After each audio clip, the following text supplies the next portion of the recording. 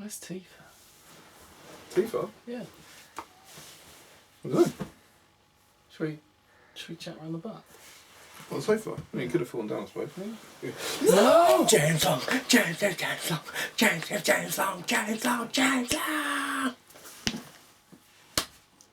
How does he keep getting in? James Long. Welcome, Strategy Battle Games Star GBHL YouTube video. You're here with host GBHL Damian. GBHL Tom.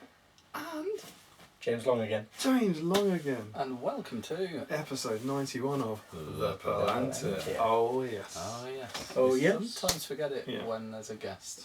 You did some really good James Long Palantir missing dodging Yeah, there. yeah, You did but well. We remembered from What before I did Christmas. badly at, and you'll see in the playback, which you probably won't watch, but I went Palantir pretty early. I was raring to go well before I needed to be there. Okay, that's alright. Yeah. You still completed the circle. Yeah, yeah. That's the important thing. I think you can prepare. Premature Palantir. What's your technique, James? I mean, I like to make the perfect sphere. I think it's good. Do you guys, maybe let us know in the comments below, do you guys plant at home when we do it?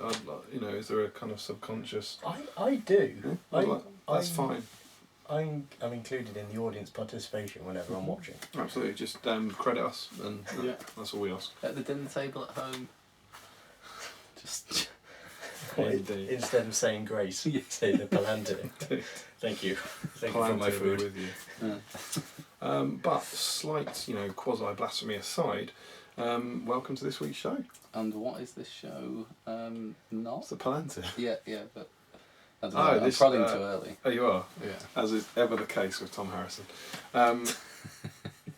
Everything you're about to hear for the next hour and 20 minutes or so is only our own views and opinions and do not represent the views and opinions of the GBHL podcast YouTube channel or the Great British Hockey League or indeed any other formal body or institution such as Calligraphy Co.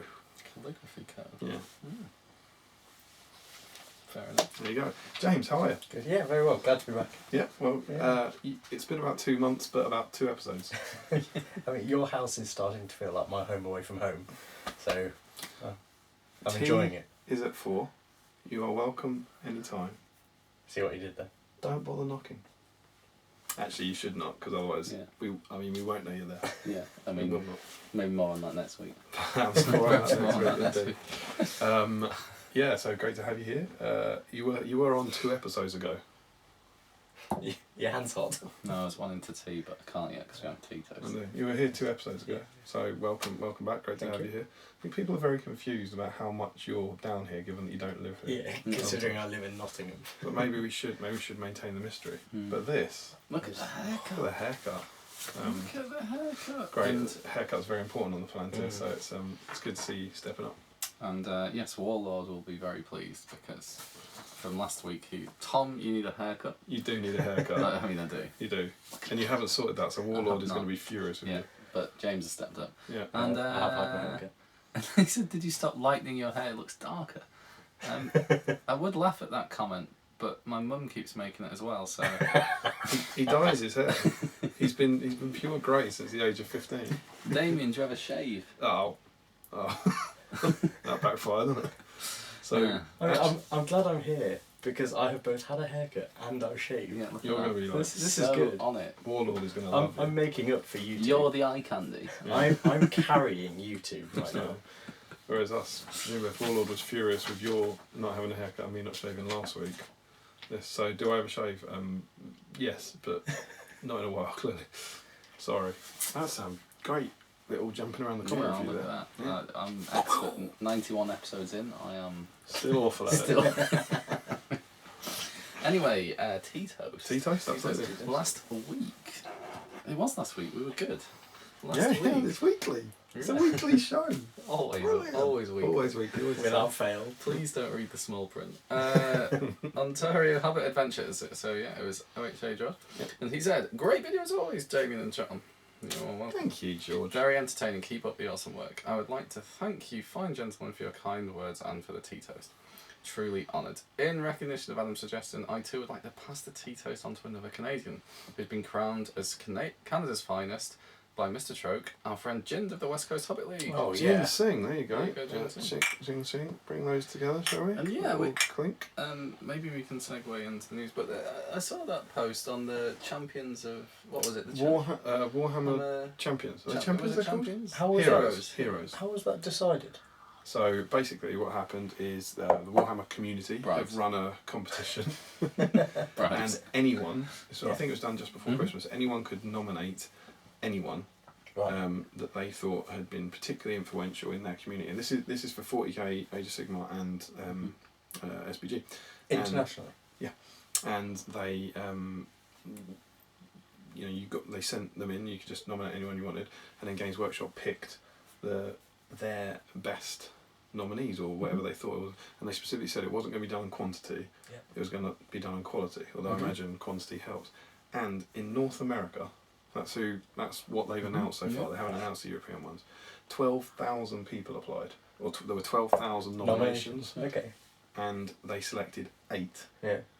And of those 8, Ginseng and Devin Moreno were 2. Oh, well done, chaps. So, I mean, that's spectacular. That is outstanding work. So, well done, gents. Doff So, our imaginary caps to you. as 25% of them were Hobbit ones, which is brilliant. That's So, outstanding. yeah, well done. It's very exciting. I did a little write up about you and sent it in. Did you? No. Who does that? That's right in the heart. Yeah. That's right in the heart. Why? Just twist it. Twist that knife a little bit more. I didn't think you had. So Wow. why say it? This is vicious, man. That's brilliant. Oh gosh. Anyway. Nice. I'm gonna do one about you now, but just like I misunderstood the competition. Yeah.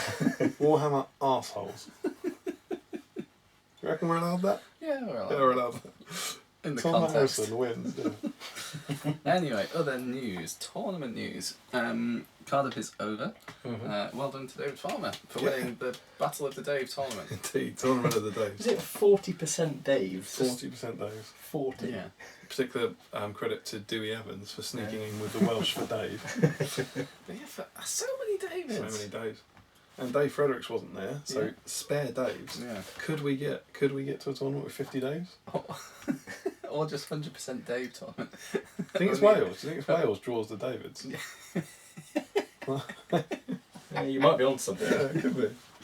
Oh dear. It's like a little jingoistic thing. All the Davids run to a tournament in Wales. Yeah, I mean, maybe on that we jump, and again, another rogue bit of the comment. Your favourite bit of news from last week that we forgot to say. Yeah. This is so topical, not particularly SPG related, but let's face it, none of this show is. Fun fact, and I know there's going to be some people north of the border who love this fact. We should probably do our disclaimer at this point that we don't talk about SPG for ages in the show. Yeah, if you're new to the show, this is basically 3 people, not normally 2 people, 3 people chatting about stuff that they find mildly interesting, and we hope you find it mildly interesting. Sometimes we mention Lord of the Rings. Before we recorded last week, me and Tom were watching a documentary with Miriam, I think it's Miriam Margulis, the actress who played Sprout, Professor Sprout, and she was doing a tour of America, looking at controversial views, and she went to. Are you ready for this, Chris Murfitt and David Reed? You're gonna like this. This is She particularly went for those to two, isn't it? What has been voted the most bigoted town in America. And Tom, tell the viewers, what is the name of the most bigoted town in America? It's not an important name.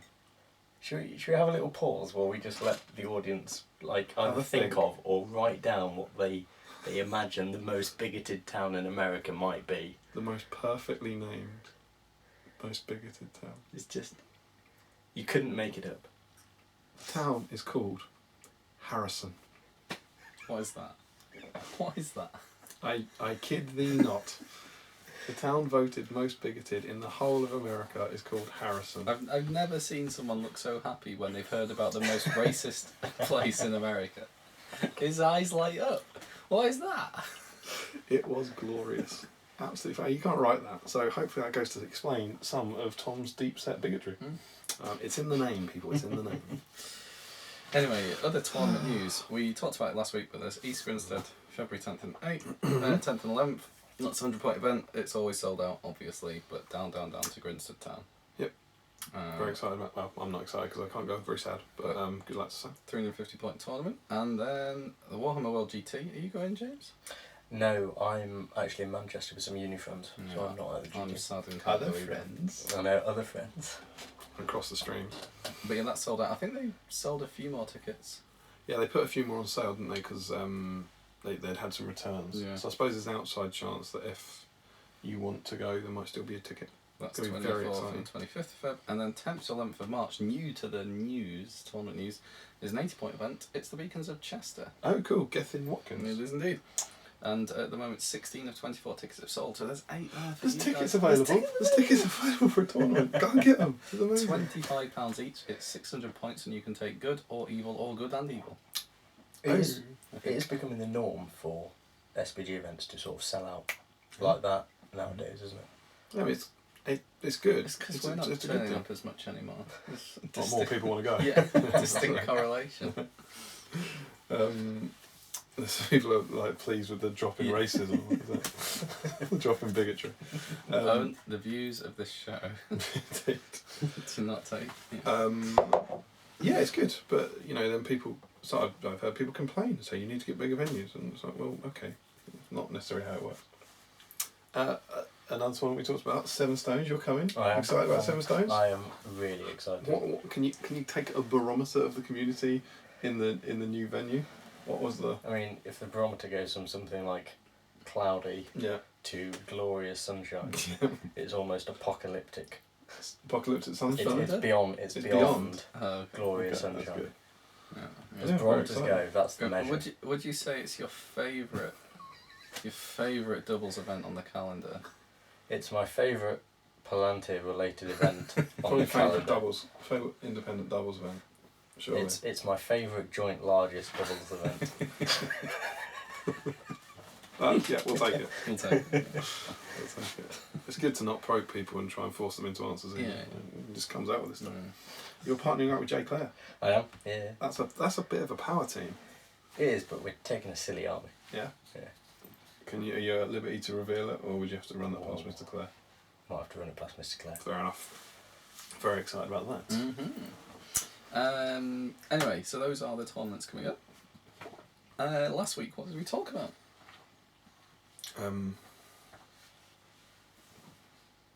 The Clash of Heroes. Clash of Indeed. Heroes. The return of the Clash of Heroes. Indeed. Did you follow the Clash of Heroes on Warhammer Community? What were Yeah. your any big twists? I thought Dwalin was going to go all the way. Yeah, it's a good shot. And I also thought Gimli had quite a good shot, so my money was on the dwarves. Yeah.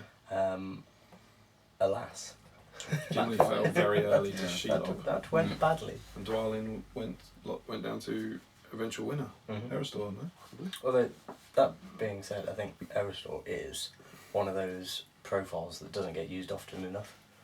Mm. I think the ability to reroll all his wounds on an elven hero with multiple attacks is pretty good. 3 fate as well. But you don't see too many high elf lists, I guess. Yeah.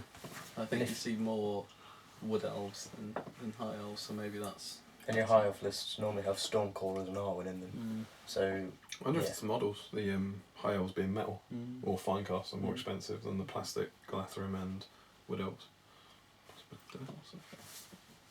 Anyway, that's what we talked about last week.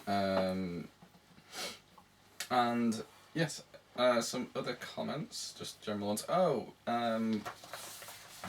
not See, I'm so good. Comment at this review went now, so well for a good 15 minutes there. And now it's the usual's happened. It's gone. There's a page out of his hands. He doesn't know what's going We on. talked about battle companies, and you asked whether battle companies should be an SBG, and we got a resounding yes from Casey Rogers. Full stop. That was it. One comment, yeah. But no one said no. No one said no, but one yes. So we'll do it then. How many 100% dislikes yes. did we get last week?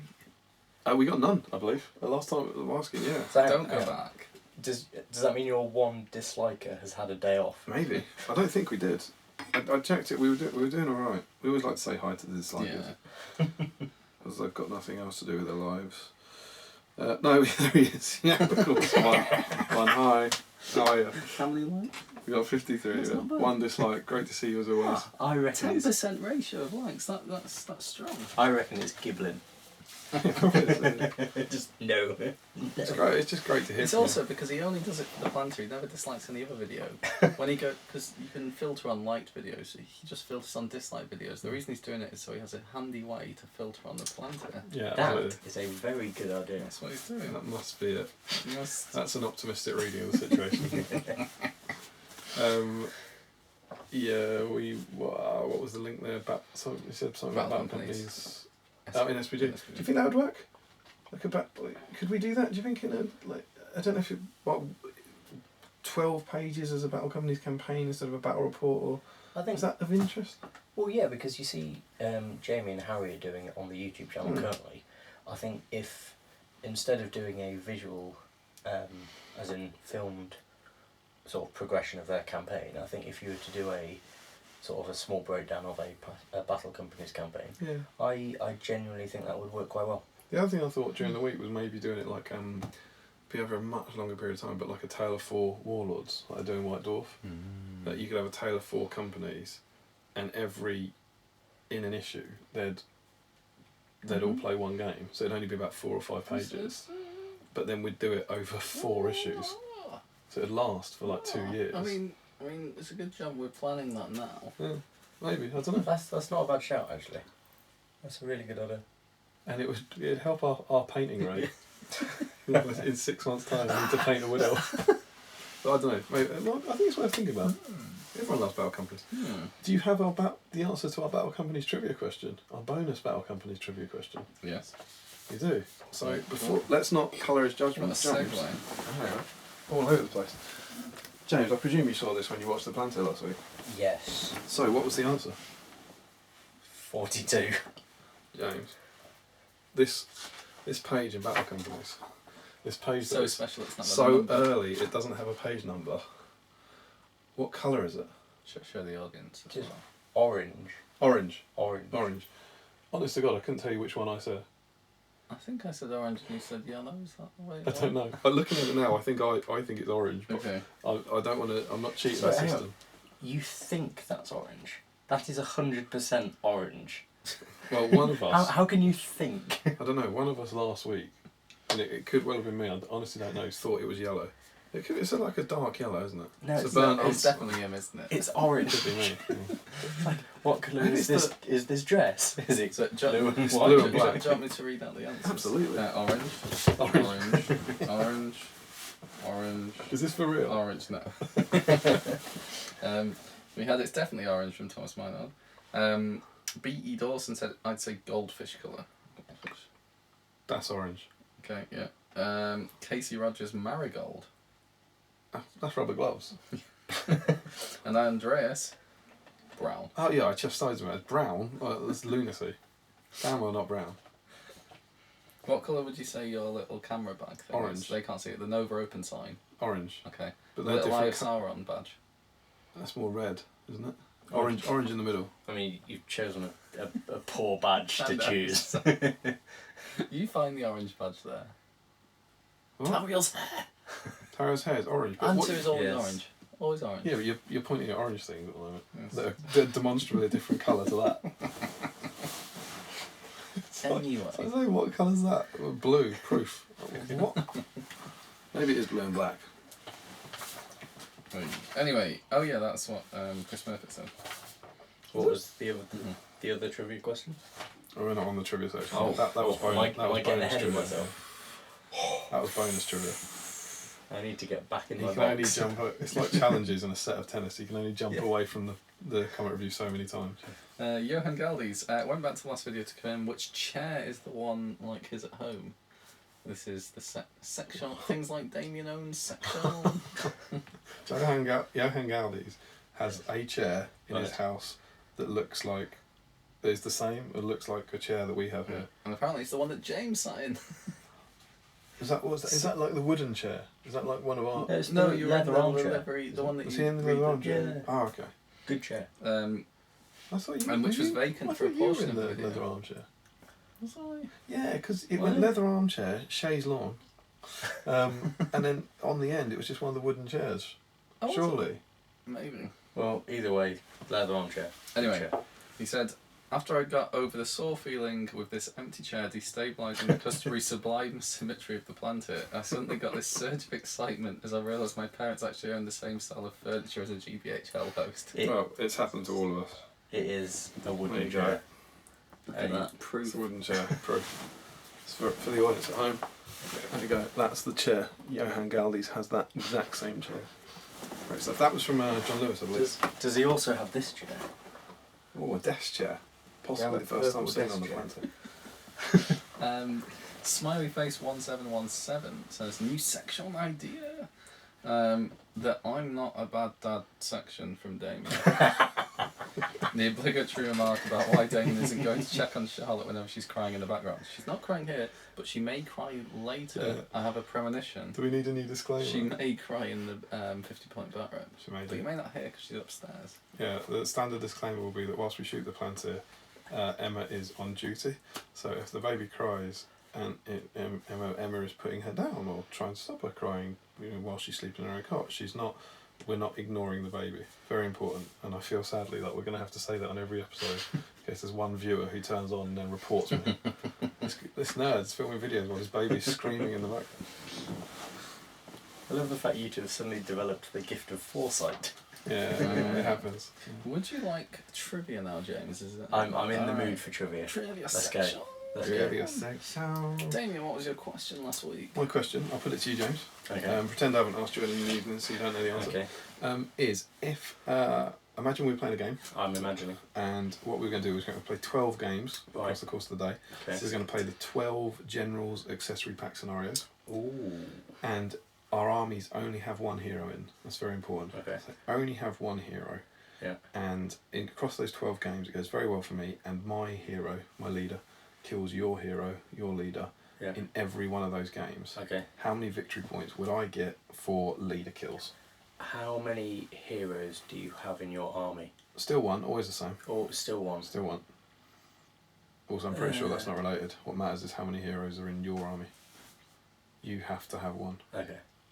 Obviously. So it's basically, yeah. I'm going to go on an average of 2 per scenario, so I'm Mhm. going to go for 24. 24, that's a very solid guess, and I appreciate you playing along as if you didn't know the answer. It's close, it's close. I mean, I thought my acting was on Yeah. point. Absolutely. But I think that's what 24. that's what I was going for. I was hoping people would try and take an average Mm. and sort of say there's 12, you get 2 VPs per. But in the new ones, of course, you don't just get 2. Some you get 3, some you get 1. Yeah, it's Would you have had a isn't it? punt? I know you know the answer Yeah, now. I think that I'd have gone for 2 1/6 points per game. Scale that up. Of course you would. Good So math. that's what I'm going for. Would that work out? Is Yeah. that bang on? Yeah. That's why he said it. That's Yeah. pretty That's pretty what damn they pay good. me 2 for. and a 6. Yeah. Yeah, that's what they You're right pay me about for. that in the next SPG. Yeah. Anyway, it is 26 for those who haven't worked it out already. It is. Um, And with- the reason the one hero thing matters is because one of them, I think it's Fog of War. It's if you kill the enemy hero and the enemy hero can't be the leader unless it's the only hero in their force. yeah. So that's why we had to say is that. Yeah. That's why it was a great Warg Chieftain. Look at that. with just wargs. Anyway, one person got this right. Okay. OHA George. Tito's last week. Tito's Fredo like, this oh, week. what a time Well, to be alive. The chance. The chance. Chance to buy yourself a Fredo. I had to clarify that. Does Tim Garlick watch the show? He pops up on the Facebook group a lot, and he won my Bofa competition the other day. Mhm. So Oh, yeah. which Bofa should I paint? Yeah. And I put that, and he wanted to clarify just to be sure. Can I now go and buy myself a Fredo, or have I only won the opportunity to buy one in the future? You know, and I admired his integrity Yeah. that he didn't want to go out and buy one if he Mhm. hadn't the right to. Yeah. And he clearly hadn't Googled the answer. I mean, No, it was exactly. to do with both of us. It ended. There was a little exchange about 3 or 4 comments. It ended with me just saying, "Buy the Fredo, Tim." Buy the Fredo. So I hope you enjoyed that. Cool. My question last week was, what are the first 3 models that I bought to kind of go alongside? I mean, I say go alongside. It doesn't mean they fit in with. So this trivia Go question. alongside Barlin's tomb. set. What is it? So, Mine's a Mario set. you're asking the audience to look into the past and your psyche. Tom's You're past. welcome. To work out what you bought. Yeah.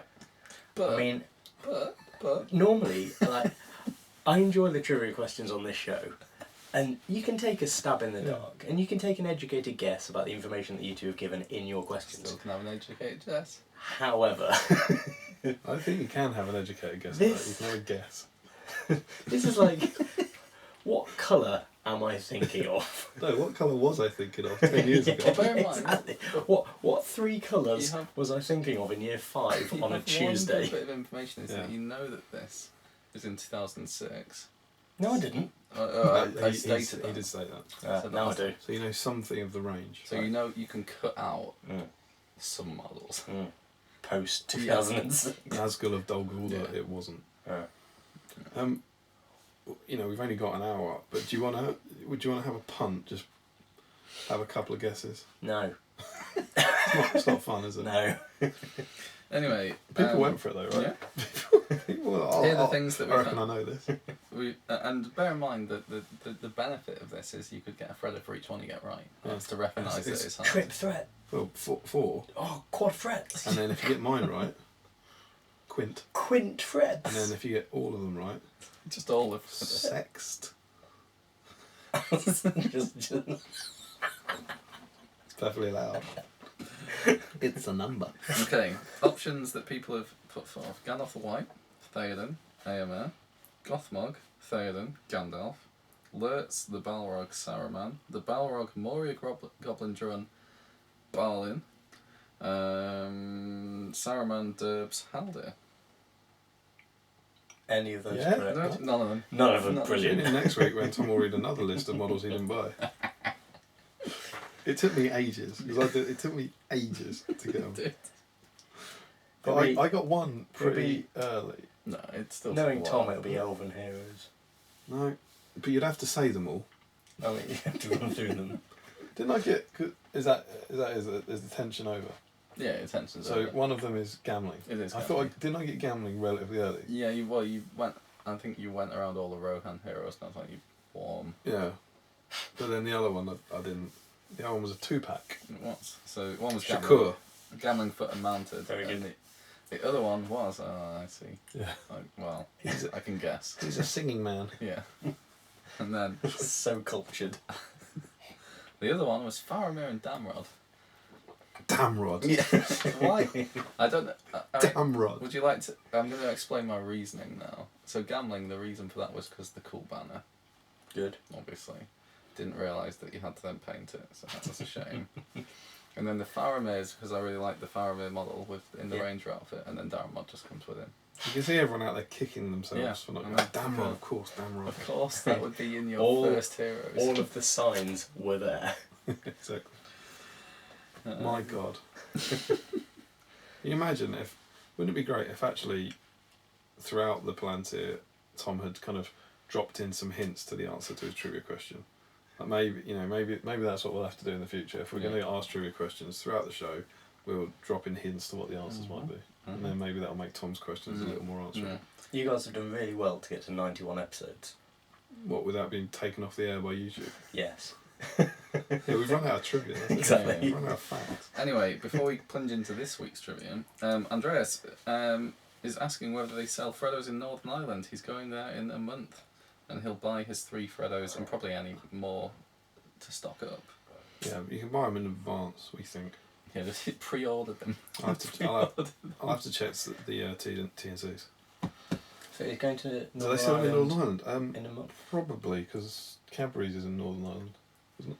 I would assume so. Yeah, we think so. I thought it was in Bourneville. You're making a Bourneville. What, you think Cadbury's is in Bourneville? Because it is. No, okay. I get the Bourneville connection, Yes. but I don't know. Is Bourneville meant to be in Northern Ireland? No. No, okay. Then I don't think That's I fine. understand. On to this week's, Bourneville's a type of chocolate. on to this week's trivia.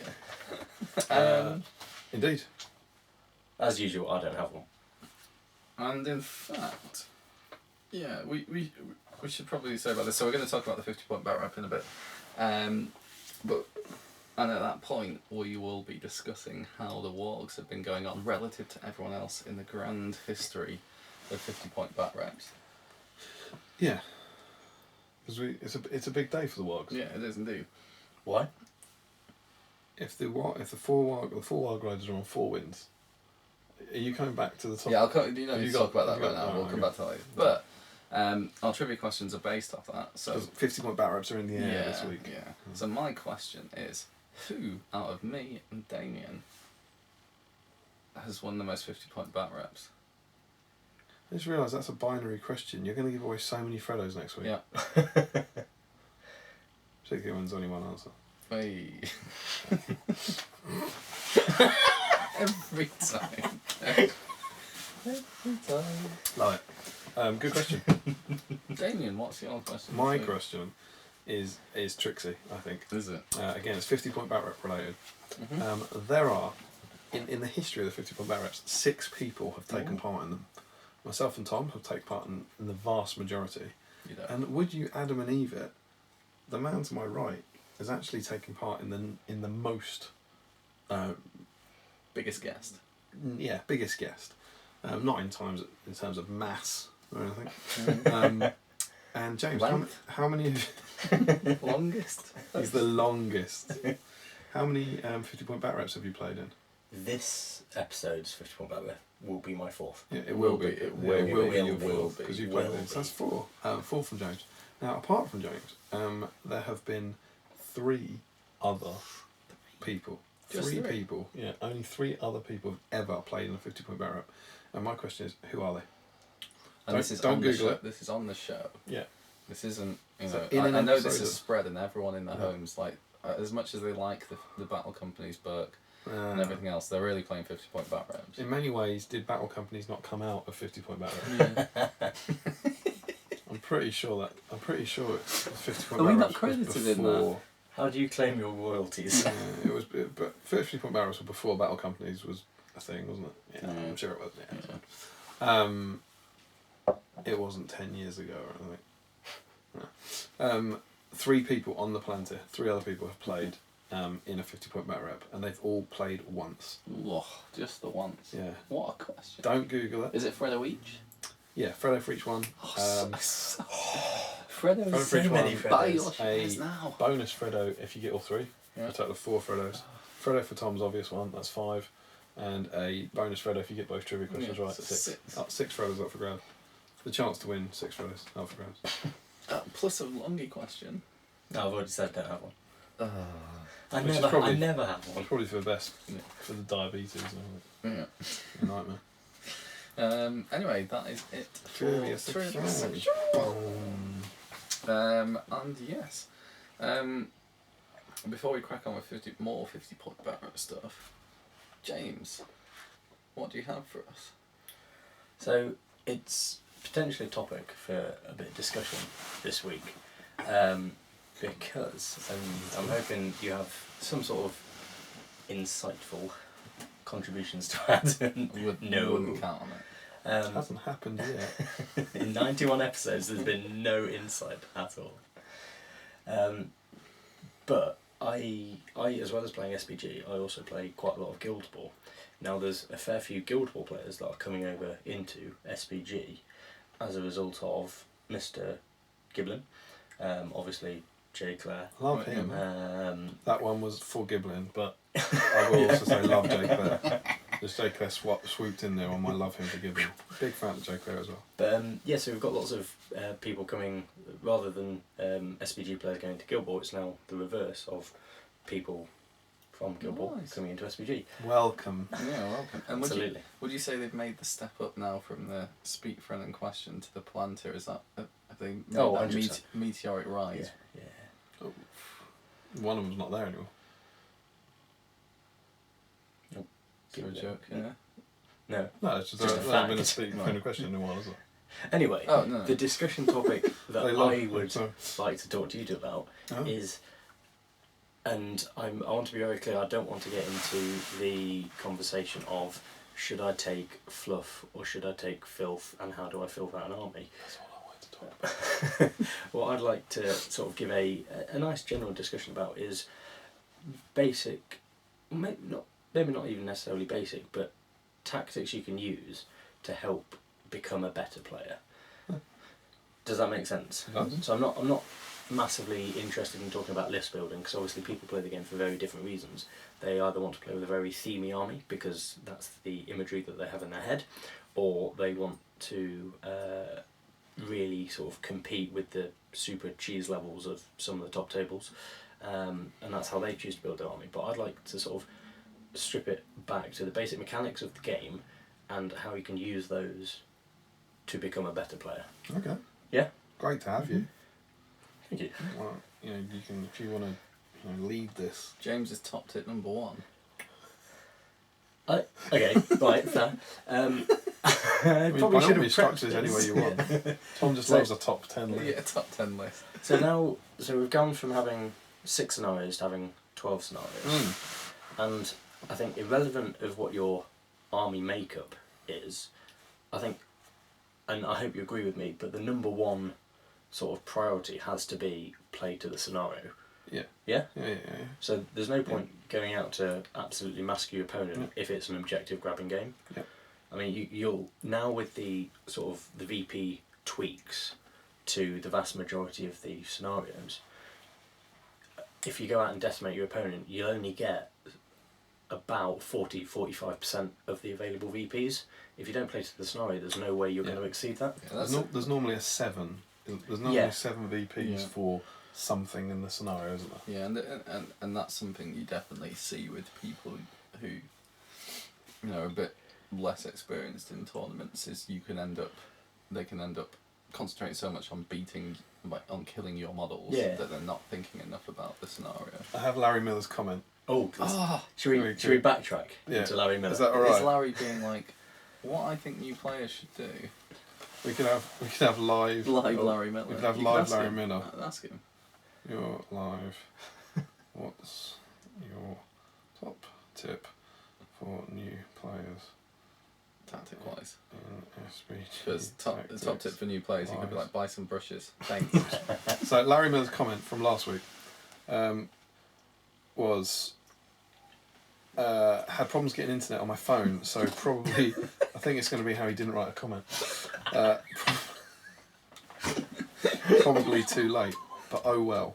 Panic writing a comment so I don't miss a week. Great to see your commitment, Larry. I was sad. I wanted Team Crap Heroes to win. This was on Clash of Heroes. Mm-hmm. He wanted King of the Dead. He's going to say. Though was pleased with how well the King of the Dead. He wanted King of the Dead, and I can't remember who the other one was. Who else was bad in that list? There was a bad, good one, and a bad. I think he might have thought it was Siladan. Possibly was it Siladan in there? Yeah. Someone? No, he was in the other one. He's he 3 was attacks. the bad one in the other one. Who was the bad 2 attack one? I can't remember, something like that. Hopefully the next one of these they do will feature Bill. Then there's loads of equal signs. I'm not sure if that's going to be a divider on YouTube or if that's a fence for Bill to cross or something. I'm not sure. Anyway, trivia. I'll guess 34 for Damian's, as I think it's around 2 to 5 VPs per leader kills. No Freddo there. Sorry, no, 2 and a 6th, Larry. 2 and a 6th. I think around 2 don't have leader kill VPs. As for Tom's, I'll go with Lurtz, Sauron and Haldir. The shooty one. I know which one Haldir is. No. Damrod, mate. Who'd have I thought? think Have you Damrod. really back someone to get that question right? Larry's your man. Why? Because he can guess better than other people.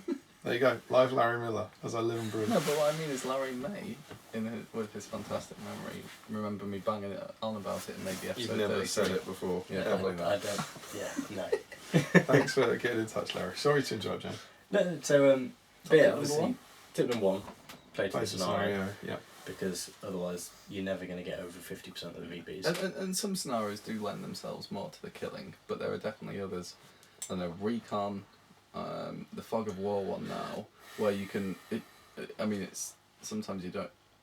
You have to expend energy not trying to do that. Yeah, I think as well now that there's been a huge shift since not since the accessories pack, but since the tournaments all changed to 12 VPs, scenarios changed to 12 VPs, which was Warhammer Fest and the last GT, because now in Recon you can win you can legitimately go out to win by breaking and killing the leader. Yeah. And Lords of Battle, you can do the same. That's not to say the other stuff won't matter, but in the days where you could, with Recon against a Horde, they could run away and get all the VPs. Yeah. And be like on 20. Yeah. And the same in Lords of Battle.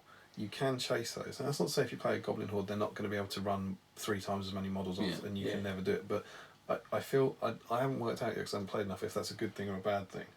Because in a way it means that those killer kind of all hero armies now don't have quite the same weakness, I think, in things like Recon and Whole Ground, because if you only get twice as many as them, you might only get 5 VPs, and they might have broken you and killed your leader. You know, that sort of thing. So I think the new scenarios slightly favour all hero lists more than the old ones did. But was Horde too good before?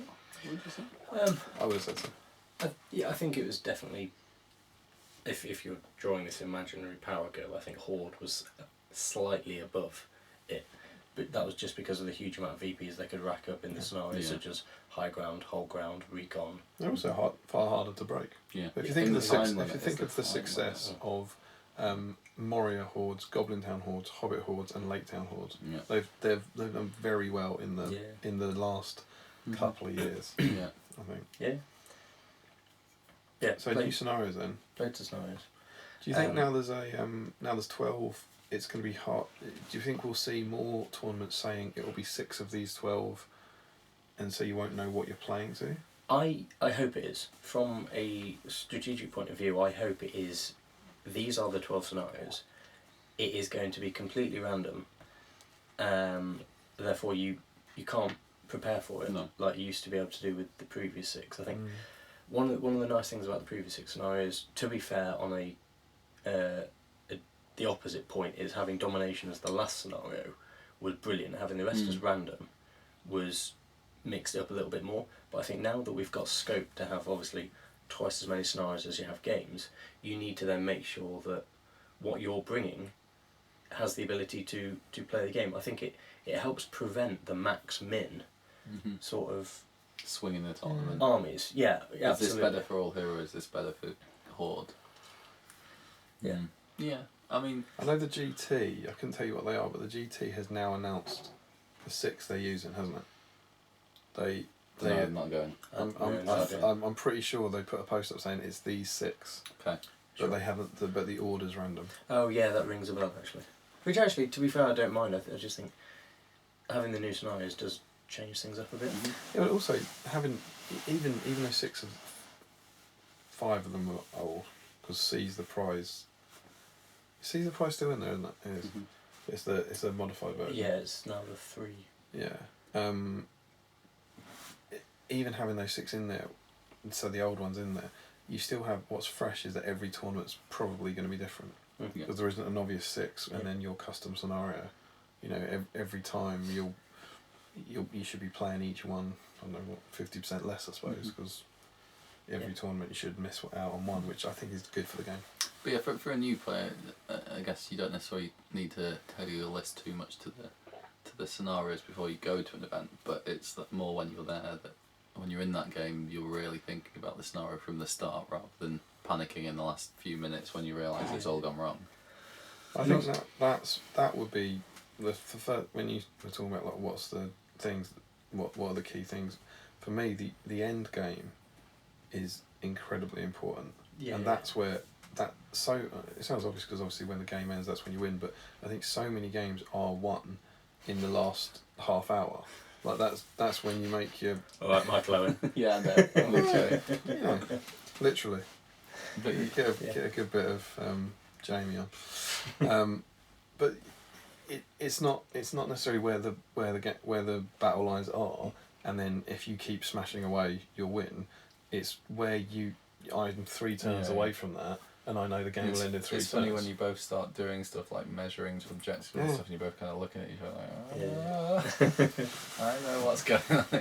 And I played one game in particular. I won't say who it was. It was a good few years ago now, where I think it was domination, but it was a competitive event. I had the Ferrerka army, and we were kind of fighting a lot in the middle, and I knew there was one model on an objective there, and I had Saruman on a horse 2 turns before the end of the game, and I knew full well that he was unimpeded, so he was going to get onto this objective and then command him off that objective, which is a huge swing. And I remember someone coming over and saying to the guy I was playing, like, "Oh, it's close, isn't it?" And me thinking, it's not close, because in 2 turns, that's inevitably going to happen. And I think that sort of figuring out when the game will end is huge. Yeah, absolutely. I think really, really big. I think one of the nice things about especially new players that are joining SPG now is the fact that Battle Companies has come out at the same time. So when you really strip SPG back to a very basic skirmish game of, we have 7, 6, 8 models, however many, but just a relatively small number, they've each got 1 wound, our might, will, fate is an incredibly valuable sort of strapped resource. It teaches you sort of the value of might. It teaches you how you want to position your models. It teaches you that each of these individuals actually matter a whole lot more, and when you start to take a couple of deaths to shooting or throwing weapons or whatever pre-combat, it shows you just how important that can be, and that you actually you need to start using scenery more to start blocking line of sight or to start putting something in the way, rather than just having a shield wall versus shield wall. And that's something that I know I'm guilty of when I play of, it's not using scenery well enough, because the rules are there for a reason.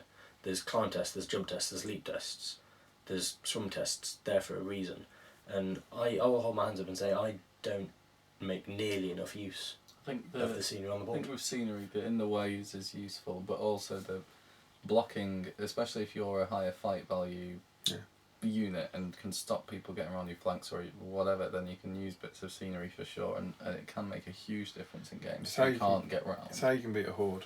Yeah, it's how you can beat a horde, and it's also how you can sometimes scup a cavalry, because cavalry really need you to be spread out so that when they charge you, it's not two small bases against one big one, and if you're stuck in a little gap, you can't get your cavalry models in to do that. So maybe that's something on that crucial role when you decide to pick sides, is looking at what your opponent has and knowing how. So I'd always do that. If your opponent's got more models than you want the side that has the choke point, that you can kind of move in and castle up. And on the same vein as well, Fortress build. If exactly, if you know your opponent has a sort of range superiority, so be it bows or magic, you know that you're going to have to go to them, and likewise the same is obviously viable in the reverse. If you outshoot your opponent or out sorceress blast your opponent, then you can determine where the battle lines meet. So you can look at the board prior to deployment and go, right, I'm deploying first or they're deploying first, whoever is going, and go, right, either I don't have range superiority or I do, therefore the battle lines are either going to meet, if I have it, on my side of the board, if they have it, on their side of the board. And if that's the case, where do I need to put my models to make the most out of the terrain that I have available to me? That's a really good point, and coming back to that deployment bit, is this has changed a little bit in the new scenarios because the way you deploy isn't quite the same as the old 6, but you need to work out whether you're going to win or lose that shooting battle straight away, and then when you're deploying, if you've lost it, you're on the start, you're generally on the as close as possible. Yeah. And in a way set up so that you're going to minimise the damage when you're being shot. There's no point having that being like, oh, I might lose this, so I'm going to be 6 inches away, and then have a couple of turns of shooting, and you go, oh yeah, I'm losing it. You just, I've done that with my Frerker as well. I've had like 12 crossbows. You have a third of and your army crossbows. I've deployed in the middle and just charged straight forward and never shot them in the game. It's better because you just want to get there with your numbers, and then you can make the most in combat. It doesn't take long to cross the table. I mean, it takes longer now because there are more where you can just sit a bit further back, but if you really need to close with them, a couple of heroic marches, and you might have to weather 2 turns of shooting. And it could go really badly, but the other thing is I've played against people who are scared of the shooting, and then they try and start even further back because I want to stay out of range of you shooting, or like I want to protect myself from it, and then you end up shooting a few bits, and then you nick a wound on the leader, and then they're chasing the game, and it's like, oh, now I'm 40 inches away from you, or not quite, but they're so far away that the game's gone by that point. Another point on deployment, having seen also a couple of players that have come across from the likes of 40k and Age of Sigmar, when initial deployment happens, they'll have a unit on the left flank, they'll have a unit or a warband in the middle, and they'll have a warband on the far right, because in sort of those two games, it's good to have flanking units or people coming in from the side of the enemy. Whereas in SPG, I think it's a lot more straightforward. I think the best thing to do is have your army as one bulk, because then you're rolling more dice, you've got more numbers, you've got more chances to win the fight, you've then got more chances to wound, and as such your entire army can then just munch away at these smaller warbands, and it just makes it so much easier. So rather than, like, understandably if you're playing for a domination scenario where you have to be spread out, or if you have Maelstrom, I appreciate that you can't always control where your warbands come on, but if you do have the choice, then I think the best thing to do in SPG is to have them deploy all together. Yeah, there's definitely exceptions with the scenarios. Is one good example. Another is if you know that things can be hurled, then you might not want to put everything in a big clump. So there are definitely exceptions, but sometimes it is worth getting lots of models to outnumber part of your opponent's army, beat that, and then concentrate on the other bit later. Taking the scenario in mind, but sometimes you can surprise opponents by doing things, and you need to watch for this as a new player, rather than necessarily doing this all the time. It's just watch for it. Is that someone might send a whole chunk of army with a heroic march, or a drum if they've got it, and then before you realise it, half of your army isn't going to be even involved in this fight, and they're going to be spectating whilst the other half gets smashed. Gets eaten. Recon's a scenario where there's an awful lot of winning that before the game starts, I think. Yeah. But based on both when your warbands are, I know that's when the game started, but before anything real's happened, like when your warbands arrive, the turns they arrive, and where you put them.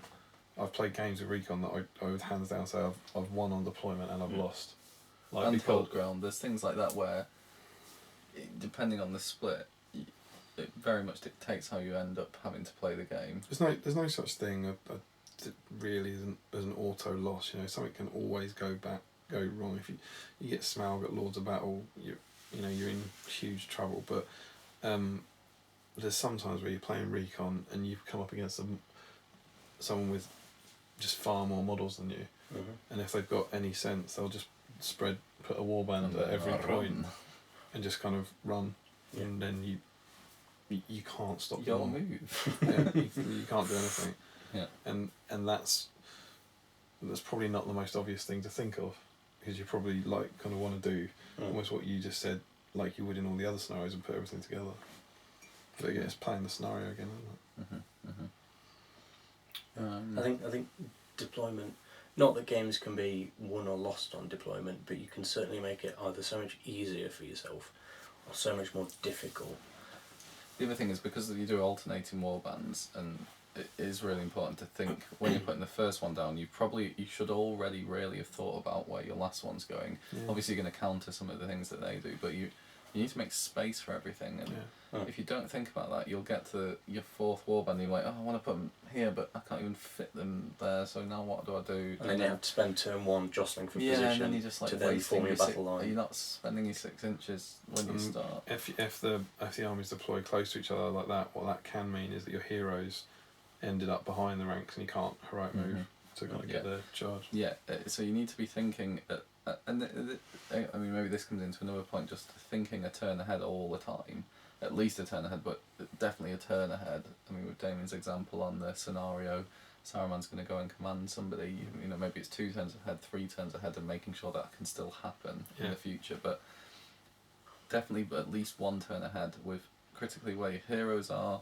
so they can make the right heroic move, and then also where indeed your models are, so that you can move them in the right way, so that you're not, especially if you've got more models, they're not getting stuck. If you get broken, you need to prepare for the next turn stand fast. For when you start taking coach in that turn. Yeah. But even like at any turn where you are broken, when you move your models, you need to be thinking like, if your hero starts 12 inches away from this guy, you need to move him 6 inches that turn, not necessarily so he saves him this turn, but so that next turn he can move within 6 inches, you know, that sort of thing. Yeah. In a very similar vein, when you're measuring threat ranges and you're moving first in a turn, you go, right, well, you move 6 inches, so I'm going to move to be out of 6 inches of you. You move, your opponent moves. What you've not then accounted for is the fact that they, hypothetically, could move first in the next turn and foil all of your plans. So sometimes staying just out of sort of charge range is completely viable. Other times you need to make sure that if you want to avoid it for as long as possible, especially if you're playing cavalry or anything that has a decent threat range. Cool. Yeah, exactly. You need to take into account 2 turns of movement, because if you move first, move again, then you're scuppered. And actually, I'd say in the early game, turn 1, turn 2, if you win priority, it's like against anything with a threat range, you're just like because you kind of force then to not do anything, or especially with things like ring race that can come in early, you kind of, you know, you want to move towards them for whatever reason. Maybe it's the scenario you want to move up, but then you don't because of that double threat range. There's a real shift in the scales where the first 1, 2, maybe 3 turns, you don't want to win priority because you just, I want to react to how my opponent is moving. Yeah. Therefore, I'm going to let you set up. I'm then going to put myself in the optimal position to be able to counter you. What you don't want is to be in the reciprocal position where you're moving first and then they're countering you. However, late game, obviously you want to be going first, because then not only do you get to call the charges, but you get to decide how priorities are split. You get to decide what order those combats, how the combats are split even, and in what order they take place. And I think new players won't necessarily think about how important that second aspect is. Yeah, the going first is important, but picking which fights go first can be really important in a game. If you can look at a shield wall battle line that's maybe a little bit distorted after a couple of rounds of combat, and if you can choose to fight all of the combats first where your opponent is trapped, then that exponentially increases your chances of tipping the scales even more in your favour, because you go, right, well, if I don't fight this one first, then he's not going to be trapped, therefore my chances of killing him are reduced by half. The monsters are a huge one on that, aren't they? Yeah. I think there's a natural tendency to start at one end of the battle line, just roll down, and you know, if you're fighting against a monster, you want to do the monster fight last, so that it can't hurl down, you know, normally. Or if you've got the monster, you go first. I have flown in Larry Miller's live top tip for new players. He says you don't always need to counter heroics. Learn when they're important and when to let people have. I know. I definitely. And give everything axes. No, I definitely Like, note when people retaliate for heroic or whatever, or even call one when I'm like, I don't. That feels like a waste of a might to me. Just out of curiosity, do you think might is the single most important resource in the game? If no, what do you think it is? resource as opposed to like will and fate, or just as opposed to any aspect of your might. Resources in might. general. Yeah, might. So be it might, will, fate, numbers, number of bows, ratio of heroes to troops. Because I think, and I'm not trying to sway you in any way, but I think might is the most important resource.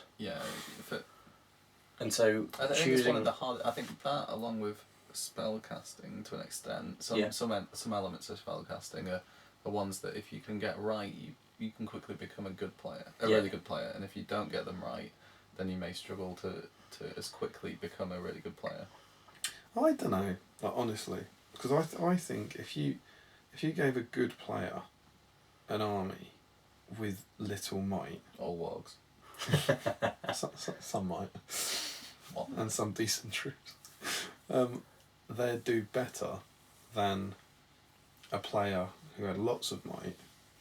And this is ignoring like a no might Angmar. Yeah, and had less. I think numbers. I think a big army to not just take objectives and stuff, but also to not be broken, and then your opponent will be broken, and they might run away. I think is probably more important. I'd probably it's an impossible thing because you're never going to pick between might and numbers. But I'd say I would probably rather sacrifice a might point than, I don't know, what would it what do 10 models, 5 models. There's some point, and obviously you would rather sacrifice 2 models than a might point.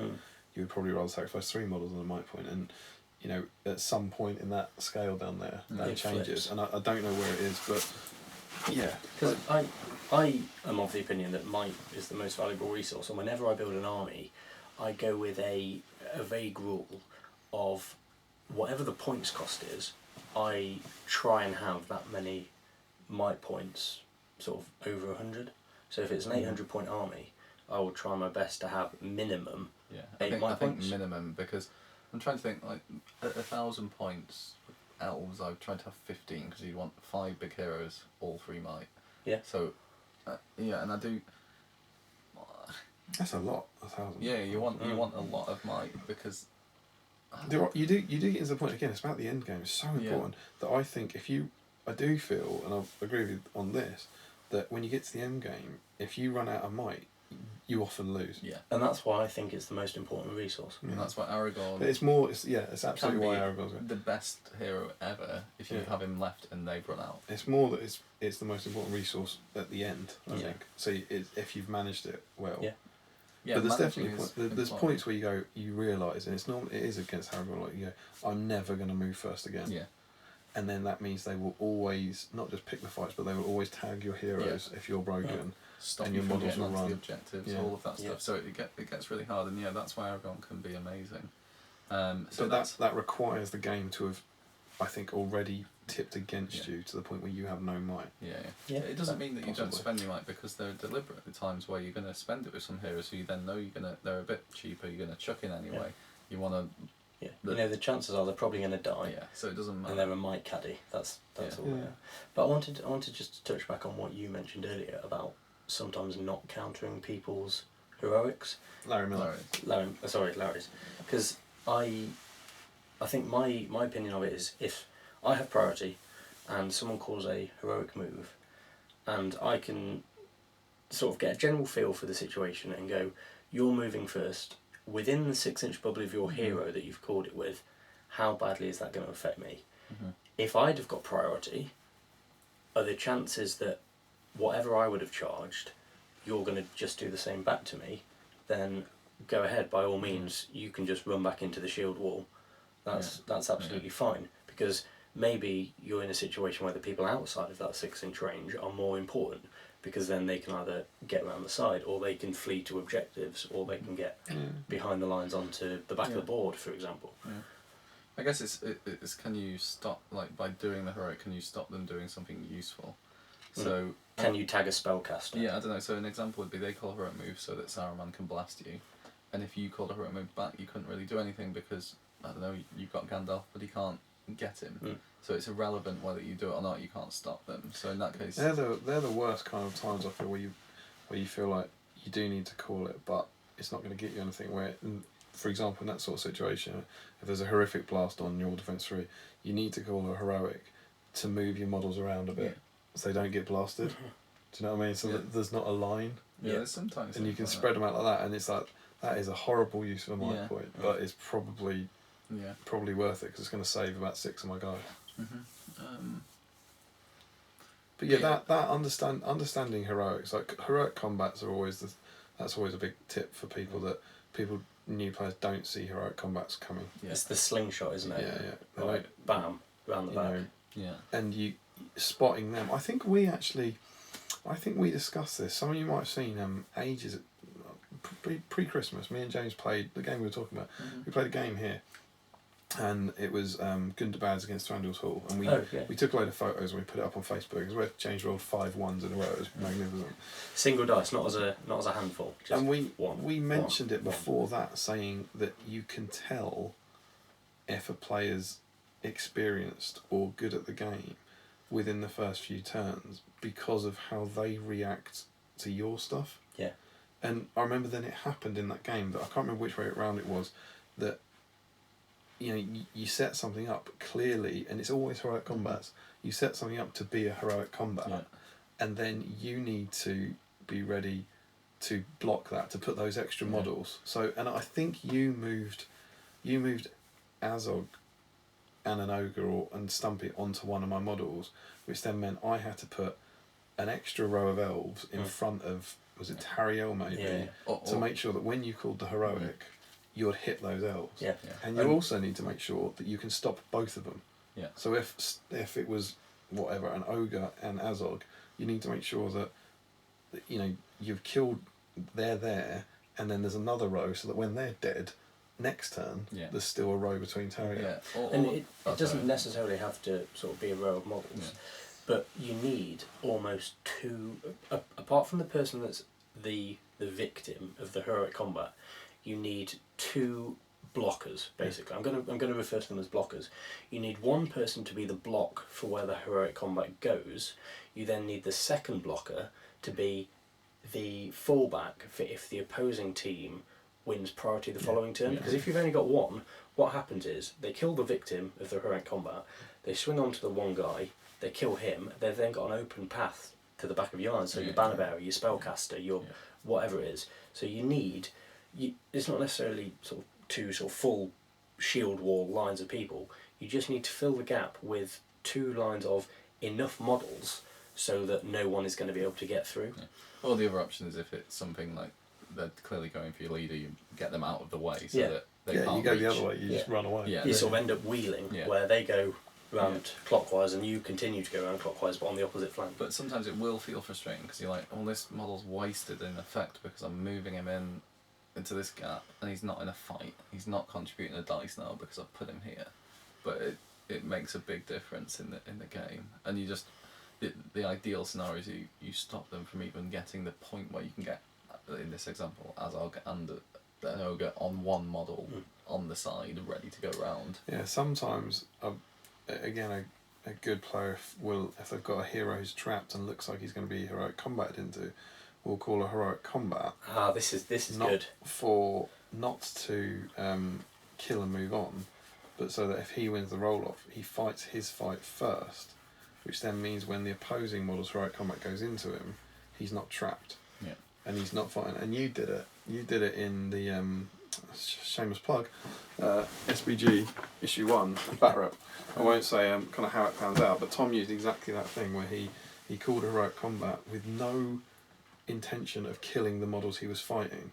There was no intention of moving on, but he did it so that when the opposing heroic combat came into him, he was only fighting one-on-one. So if he lost that, he then wasn't trapped. And that's more useful sometimes than a heroic strike. It's more useful than heroic striking and hoping you win the fight. If you really look at it and go, the odds are I'll lose this fight. So I bet I'll be better off kind of almost taking a couple of hits and having lost, but only against one model, than having a small chance of winning against but dying if I lose. That's exactly the point I wanted to make, because I think when you have your hero in combat with a hero and a group of enemy soldiers, that one opposing hero who's called a heroic combat, the temptation is to heroic strike, because then you know if you roll the 6 you win.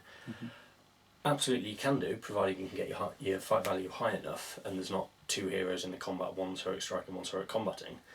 But what you can also do is, if you call a heroic combat instead, so say you're already higher fight value, you call a heroic combat to match their heroic combat, and then it becomes a 50-50 dice roll, because if you win that, your heroic combat technically goes off first, so you still fight it, but even if the enemy kill you, they can't move on because it wasn't their heroic combat.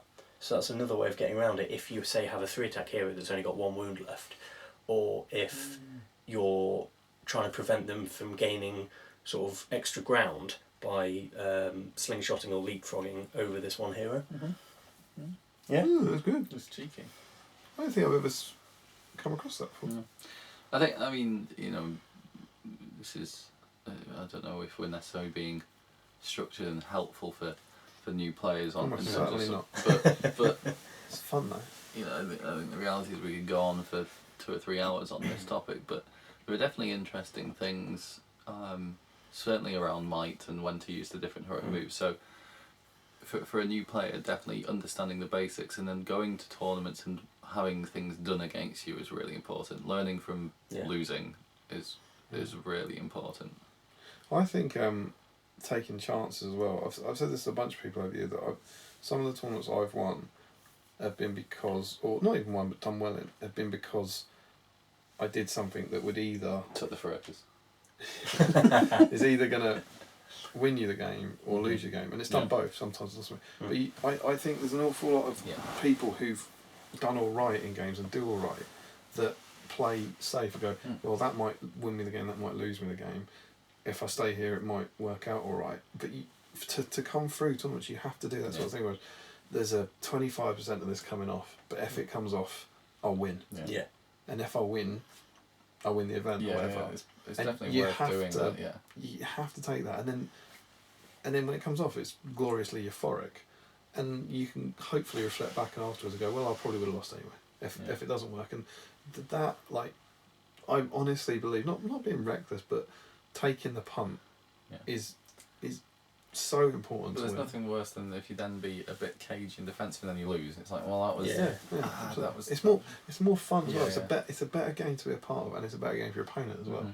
And more often than not, if you do get to that situation where you're at a bit of a stalemate and you declare sod it, you can sometimes catch your opponent off guard because they may have created this plan where they're expecting you to back away another 3 inches and shoot, whereas if you really rush them and you've got a wizard or you've got a hero that's suddenly in combat, or you've compelled somebody to be able to jump to get a heroic combat and you've caught them off guard, then that can really throw somebody off what the plan was that they had. It's another way of dealing with hordes sometimes, that particularly against hobbits, and it doesn't always work, but if they're going to gun you down and you don't want to be in a shooting war and they might have a blinding light, but if you just run full pelt towards them, they have no spear support.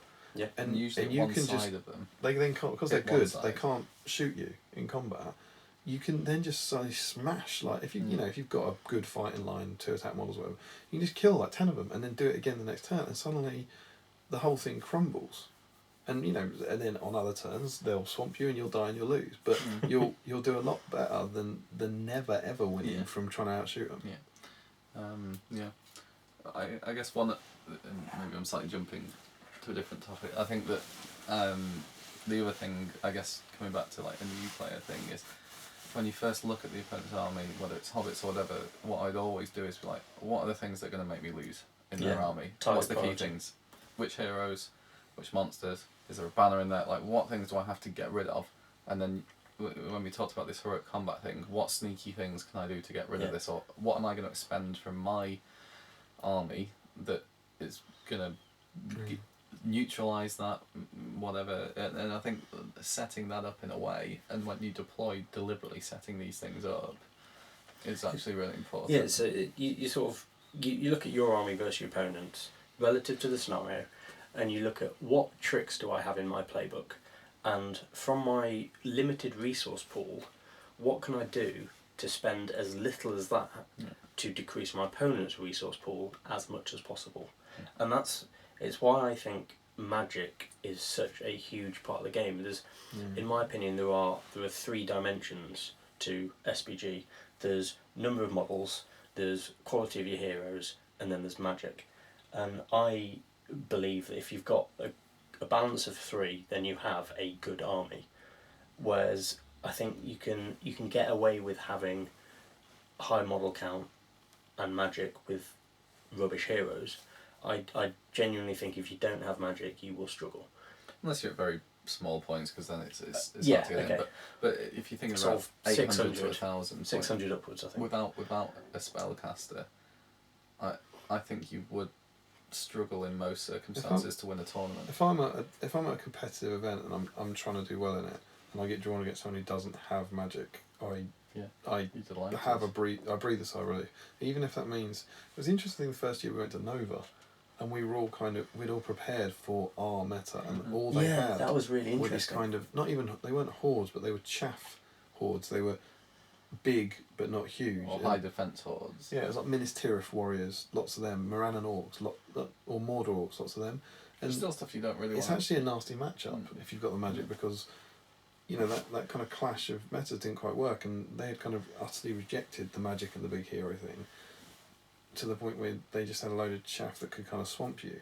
But if you're kind of still in the middle of that, if you're not going completely that way, then not having a wizard is crippling. You'll just be kind of bullied off the board by a wizard. Yeah, and then the next step of that, certainly in the UK sometimes, is at 1,000 points. If you don't have 2, you're in trouble because by having 2 against your 1, if you're the one with 1, you lose that battle. Yeah, because you'll find in the 2 versus 1 magic matchup, the 1 wizard will neutralise yours, leaving the other wizard free to do what they want. Normal wizard stuff. Yeah, exactly. Or Nazgul, whatever. Yeah. But they're not, that's obviously getting towards tournament play and towards like big. We are not filthy helping armies. answer the question. But the other thing that I keep banging on about the end game, but I think something incredibly important is knowing when your army is going to make the game end. Yeah. That's like, so if the game's at ends at 25%, then you need to know what your 25% is, and you need to know where you are on any given turn. And what theirs is. Yeah. So you need to. There's always these horrible games where everyone sort of charges in and smashes each other up, and then suddenly both sides sort of, you almost kind of back off and start trying to not kill each other. You start shielding. Yeah. I don't want to kill you, and I can't lose any more models. So shield. But that will win you games. Like hands down, that kind of aspect where you go, right. So I can't. If I lose 2 more models, the game will end. Do I want the game to end? No. So if I get priority, everything backs away. We don't have any fights. And if I do want the game to end, then you chuck it in and you faint, and you get yourself killed. And that sort of thing. I know it sounds weird, but that sometimes, if you're up against a horde army in a area control scenario, that can be a completely viable tactic, because you go, right, well, I'm going to rush the middle, I'm going to have 3 or 4 models in the middle, I'm going to send everyone else off to die, so that I'm going to go 2-handed, I'm going to feint, I'm going to piercing strike to hope that those guys die, so that the scenario ends. And if the scenario ends, if your entire army has decimated me, but I've got 3 models in the middle and you've got none, then I've played to the scenario. And I know that your horde army was strong because of the numbers, and it's a numbers game in the middle, but I've negated that by ending it early. I've definitely had things like that before. Yeah. I think you can be. I think you need to figure that out at the start as well as part of your plan. Because I think what sometimes happens is it will dawn on. I'm sure it's happened to me where I've realised that what my opponent's doing, and then I think I've also done it to opponents where people go, "Oh God, it's going to end." It's like, yeah, because that's what I was doing. That's what I've been trying to do. I've been trying to die. Yeah. You it's that kind of thing. Oh, it's close. It's not close because you're going to win that. You're going to kill all of my guys over there that you think is close, and then I'm going to win. Yeah. I've both been on the sort of receiving end of it, and I've played the game where my force will be broken, but I control the middle, but the game ends at 25%. Therefore, when I'm taking the break coach tests, you take the break coach tests with your warriors first, before you take the stand fast with your hero, because if you can drop your warriors down to 25% before you take stand fasts, then the game's over. I think the disclaimer here is that if you're a new player and you play against this, you might be like, well, this is massively unsporting from the off, because there's things like this where you're trying to die. Doesn't feel it's right. like what level do you take it to? So Yeah. I would never take it to the level where some people will climb models up buildings and jump off, that kind of thing. Like you don't do that, but I think that Didn't you do it? no, I think it is a valid tactic to. I've never, not as far as I know, I've never suicided models off a building. But I don't think there's a problem with you chucking models in to die against the opponent, because they will kill you in that combat to make the game end, because that sometimes is the only way you're ever going to win against a horde army on some of these scenarios. There's just no way otherwise. I think you're absolutely right. There's a point where I'd never advocate climbing up buildings and lobbing yourself off. No. Yeah. But there's definitely a point where keeping track of those numbers to know that. Oh, let's look at it positively. I want to keep fighting. Oh God, if he loses 2 more models, then the game's going to end. So I'm going to shield against them, so that then I get another turn to get onto the objectives. There's then a second element though. If you both know you're playing in this way, and you're playing let's say an evil opponent, and they start effectively shooting their own models deliberately, it can be quite funny, because you can both be doing the same thing. I'm trying to die over here or not die. I've had some great games like that. Yeah. Was it? I'm trying to think who it was. I've played someone recently. I want to say it's David Reed, but I can't think what the situation was where we were both. Maybe it wasn't, but I already can't You both remember. shielding off. We were both trying to get ourselves killed. I thought you were both. You had your Berserkers, I think, or you had Elven Blades, and Dave had his, I think it was his Abercan Merchant Guard, and you were both two-handed fainting. Obviously, Dave doesn't receive the -1, but he still drops his fight value. Yeah. And I think you were both two-handed fainting to try and lose the fight. Yeah, I can't remember why, but there was definitely that bit where, and then you're sort of cheering if you lose. Yeah. And if you're both doing it, it's kind of Yeah. alright because you're sort of laughing at the absurdity of the situation. Yeah. It's sort you know, when you sort of go, oh my god, if I kill one more of you, it ends, doesn't it? Yep. And he goes, faint. Yeah, no, But then you get the bonus yeah. that, of course, if you win the fight, you don't get to reroll. That's the tricky thing with the Berserker. I've done that before, where you go two-handed to lose the fight, and then you win the fight. You just murder and you slaughter them. So yeah. But yeah, I mean, obviously the scenarios aren't designed like that, and it's not every single time you're doing this. But yeah, There's just I think we, not necessarily on here, but we've often talked in pubs and stuff about how you fix that, and there's no way beyond some sort of rule, which is like a sportsmanship rule, that is you have to play to win. Yeah. Do you know what I mean? To win, you have to play positively or something. You can't. Or you have to play to survive. Yeah, and obviously there's no way of you know, kind of keeping on top of that, codifying that. But that's where if you had a judge for every table, they go, no, stop that, stop it, it's naughty. On that note, I'm going to pause there because I need a pee. Cool, all refreshed. We are back, fully refreshed, drained.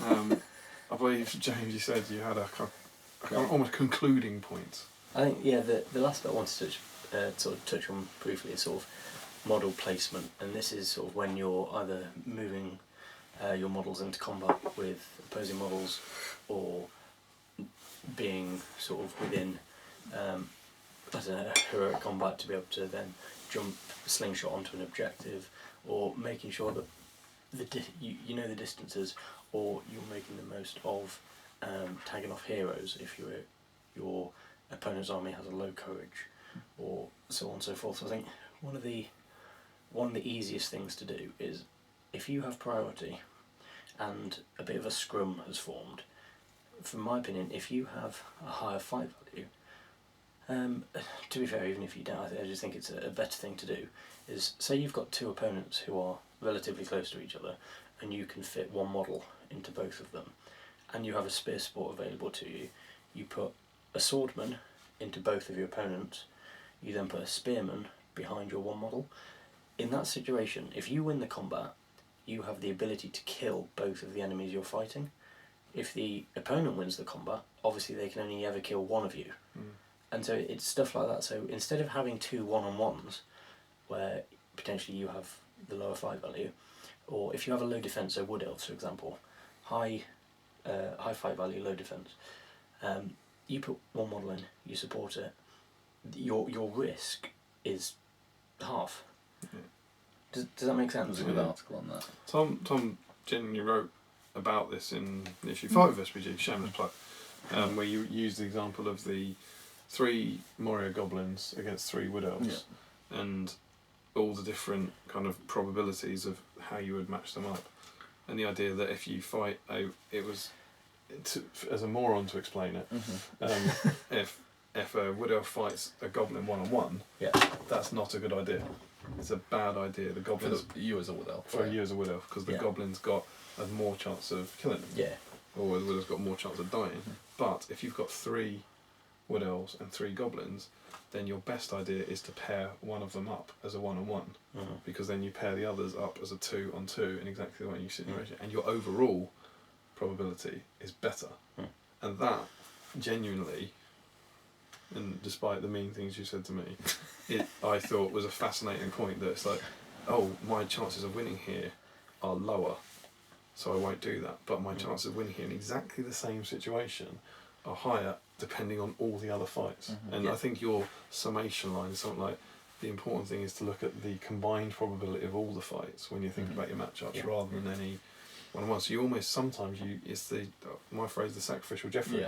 You know, you put him in knowing he'll die, because he opens up the others. He allows the others to win. As he'll die, but these will go on. And Jeffrey will be remembered. And you're never going to sit down and work out all the probabilities, but the more you play, the more intuitively you kind of should realise which fights are best for you. And as you play the game more and more, you'll start to get the knack of sort of wheeling and opening up sort of different charge lanes for the rest of your models.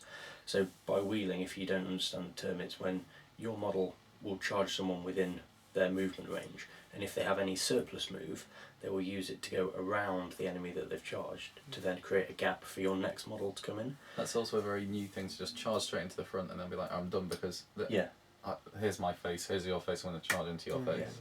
Rather than that, it's a bit of an awkward concept from a visual, thematic. But in reality, you would kind of spin around.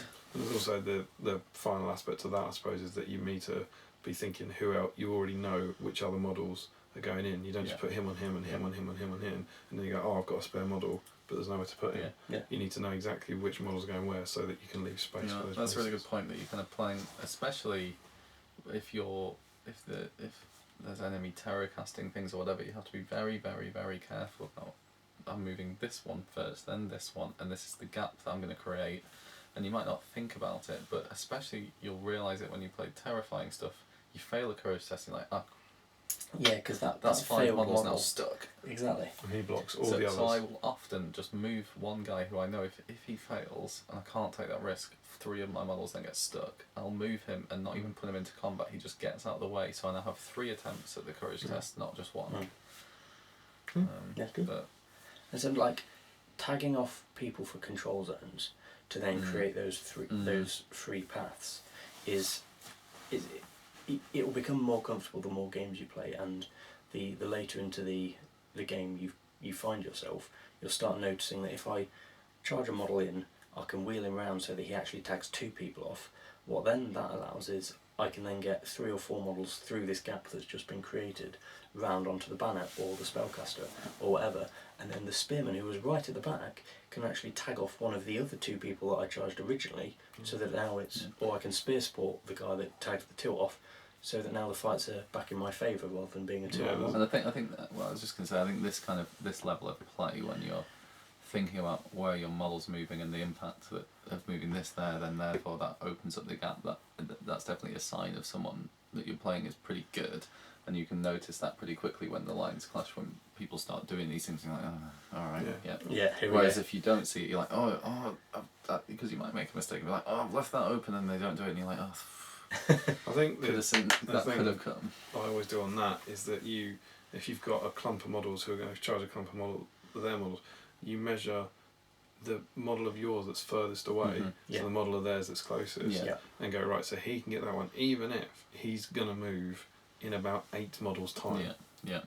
So but I know he can get to that. So I've tagged this one, so he's got no control zone, and I really want to swamp him to kill him, but I'm going to swamp him with this guy here, so that these guys can go and get these guys here. That sort of stuff. I mean, obviously we're not necessarily starting at the basics, but on everything we're saying, there are definitely good things, and we've written some stuff in the magazine that we do, but I remember reading some White Dwarf articles back in the day on some basic tactics. I think it might have been Adam. I remember Simon Grant wrote 3 in around 2011. One about infantry, one about cavalry, one about monsters. Yeah, there was that, and then I think Adam did one where he talked about like the slingshot and some other like top little moves to do, and if you can get hold of those kind of things, that's really useful.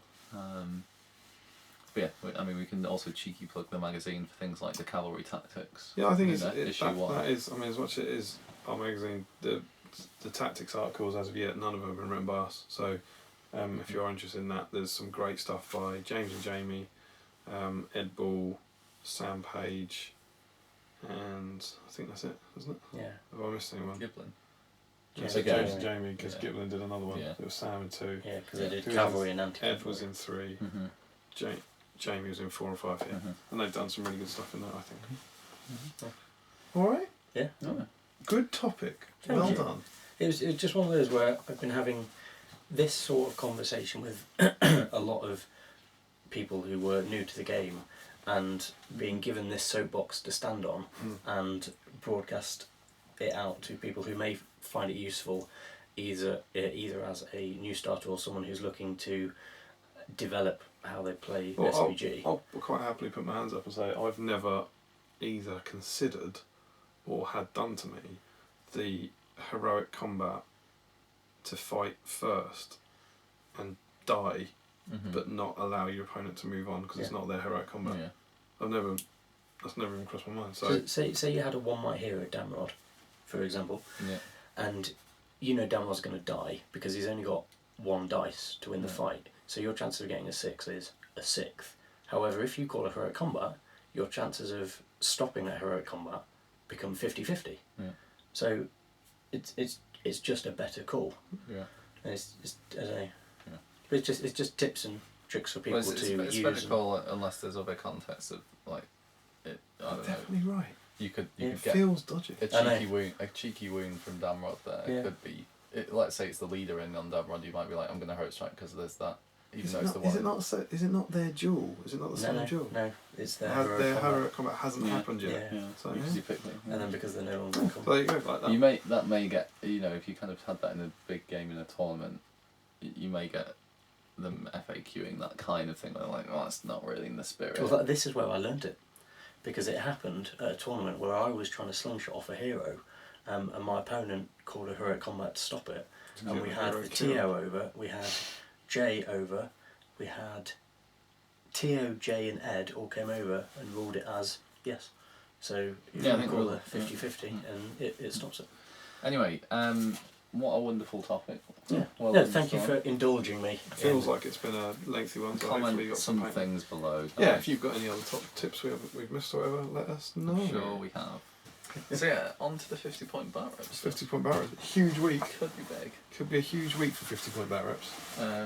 And yeah, we have to thank Andrew Rees for compiling, what a hero, compiling all of the 50-point bat rep stats. Indeed, he did this a couple of months ago now. We said thanks on the Facebook page, but we haven't referenced it on the show. We wanted to make sure we did. It's a lovely spreadsheet. So it's a big week because if we're looking at the all-time leaderboard for 50-point bat reps, in first place it is Eowyn, mounted, and a rider of Rohan. And they have 5 wins. 5 games on the bounce. Pretty good. And then in joint second place we have Gundabad Orcs, 5 with shields. Yep. They had 4 wins. And 4 Warg Riders. Who one with Thrones. Yeah, who are undefeated and are playing for their 5th win today. So that means if the Warg Riders win today, they join Eowyn. And how long has that record stood, Damian? Surprisingly, genuinely surprising, that record has stood since March 2016. 2016. For nearly 2 years. Nearly 2 years. I outrageous. I wouldn't have believed we've been doing 50-point bat reps for 2 years. I didn't think you'd be doing the Palantir for 2 years. I'm doing the Palantir, but it's on there, isn't it? 2014 sometime. 2014. But I think fair play. So that would be that was episode 50. Maybe she was about episode 60. So that's 30 episodes ago in 2 years. That's not a great rate. No, it's not.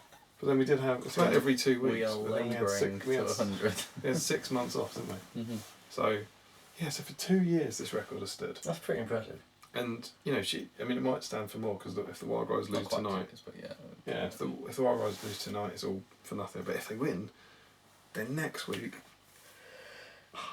Probably have to bring the Hunter Ours, wouldn't they? Yeah, maybe. Or just bring Fatty Bolger and a dog or something. 3 Reavers. What's your worst 50-point army? 3 Reavers, 2 Watchers of Connor with bow. Surely after that long, it'll be crushingly disappointing if they then didn't. Yeah. I think surely everyone want to see records broken. Don't you? I thought this lovely to go off topic always. I thought this with Federer when he won the Australian, and he goes 20th Grand Slam. I don't think I've ever witnessed in my lifetime a record that won't fall. You see records be broken, and you go, well, at some point down the line, someone will be faster or someone will do better. And him, I don't think now there will ever be someone who eclipses what he's done in tennis. I don't think there will ever, just because of the longevity of him, I don't think you'll ever have someone he's won 20 Grand Slams. And he's been on the tour for something like 17 years. And the level of his achievement now is just, it's impossible, I think, to conceive of how anyone would do that. Are you comparing Federer to Arwen plus Ryder? A1 No, he's not A1. quite as powerful. But SPG's a sport. Right? Federer would have a high fight value, wouldn't he? Well, Low defense but high value. yeah. He's an He's elf. an elf. Nadal's Two-handed. a dwarf. He'd go two-handed. Backhand. Nadal strength 5. Boom. Yeah, Burley. Murray's got broken mind. Anyway. Next week's topic, tennis, SPG analogy. But, I mean, maybe we don't go to it, because, like, how many Serena won right now? That's 20... She's on more than 3... No, she's on 24, isn't she? But there's two... Steffi Graf Steffi and Graf. Margaret Court. But maybe with the Graf one, you'd have been like, no one's going to beat that, and then Serena comes on. Like, there might be someone else. We just... Possibly. I don't know. I don't think it will, personally. But this is interesting. Cheeky £5 bet for in 50 years time. Like, yeah. Come on, young spark. But, talking of, we've verged onto less important sporting Yes, achievements. You need to lean over a bit, the camera shifted. So potentially that. So this spreadsheet from Andrew. Yeah. Any fun facts in there? Yeah. You asked me for some at the start. Did I? Which fun facts? Or no, because you took it for your trivia. Yes. Ah, yes. So yeah, thanks Andrew for doing this. We might talk you some of the fun facts next week. Yes. But it lists every army Yeah. in detail and who they won and whether they got a flawless victory as well. Yeah, excellent. But who, James, are you going to be bringing along to combat the Warg Riders? I'm going with 10 goblins with stuff. So, probably 4 bows, Filth. 3 spears, 3 shields. Probably, because, Probably. That's tough. Yeah. However, I might not take on board all the tactics that we've discussed today, and I might just do what I want. happens. It's quite a tough matchup. Yeah. Who's going to win? Let's see. I'll see you there. Yes, we're going. So here we are, potentially a bit of 50 point bat rep history as our victorious Warg Riders in their 5th game are going for their 5th win, which would put them joint top of the all-time 50 point bat rep leaderboard. But against them, oh no. Hello. 10 goblins. Oh, that's tough. James, you've played a 50 point bat rep before? I've played 3. He's dabbled. I've only won 1. You've got form though, you understand the way the game works. 10 models. 10 models, it's tough. It's tough, 4 bows. And also it's tough for the viewers because they're not going to be used to this way of looking at a 50 point bat rep. Usually it's over, like they're in the Tom's eye view. They need to be, they're more used to it like this, but I don't know. Sorted.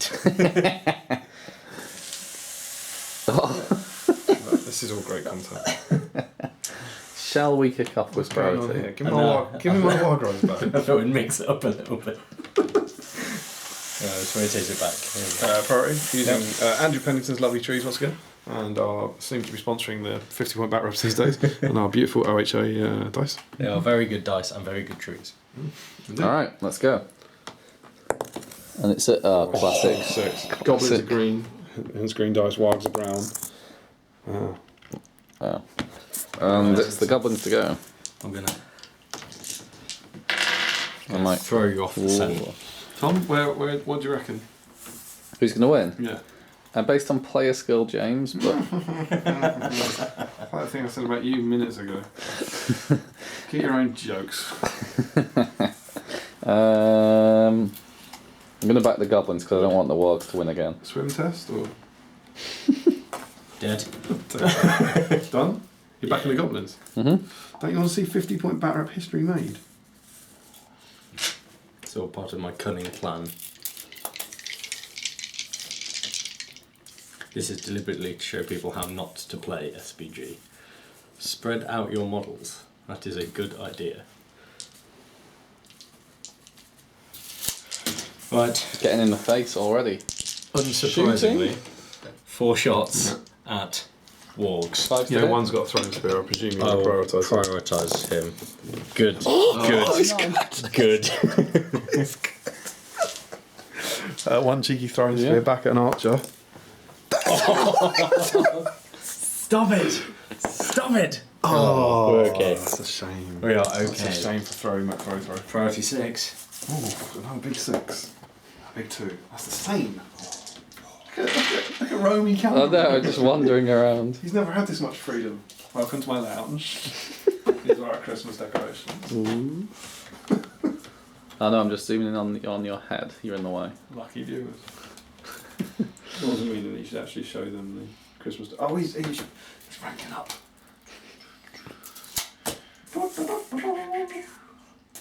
Oh, have you? Have you? Yeah, they're at 5. No, they're not. What? Why is it not to? I'll come at you. No. Can I get? Yeah. Oh.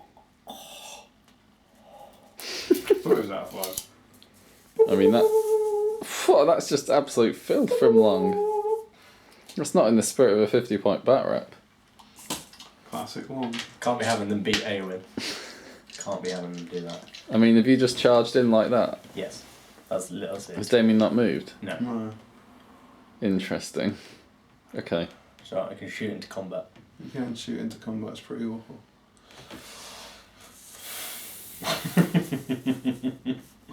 I don't think I'll get on the other Biding my time. 2 sacrificial Jeffreys.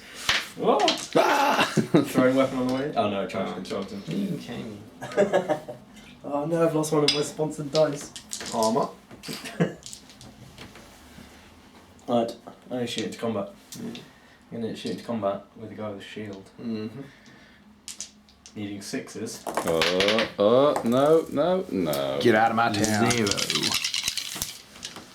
Right. Combat. What do you want to go? It's your priority. Go with the spearman. Okay, one of mine will faint. I'm going to feint. Oh, it's a big 4. It's not gone well. It's more than a 4. This is the fainter. Oh. Dead. Take it off. That's quite dead. There's another 4 to come as well.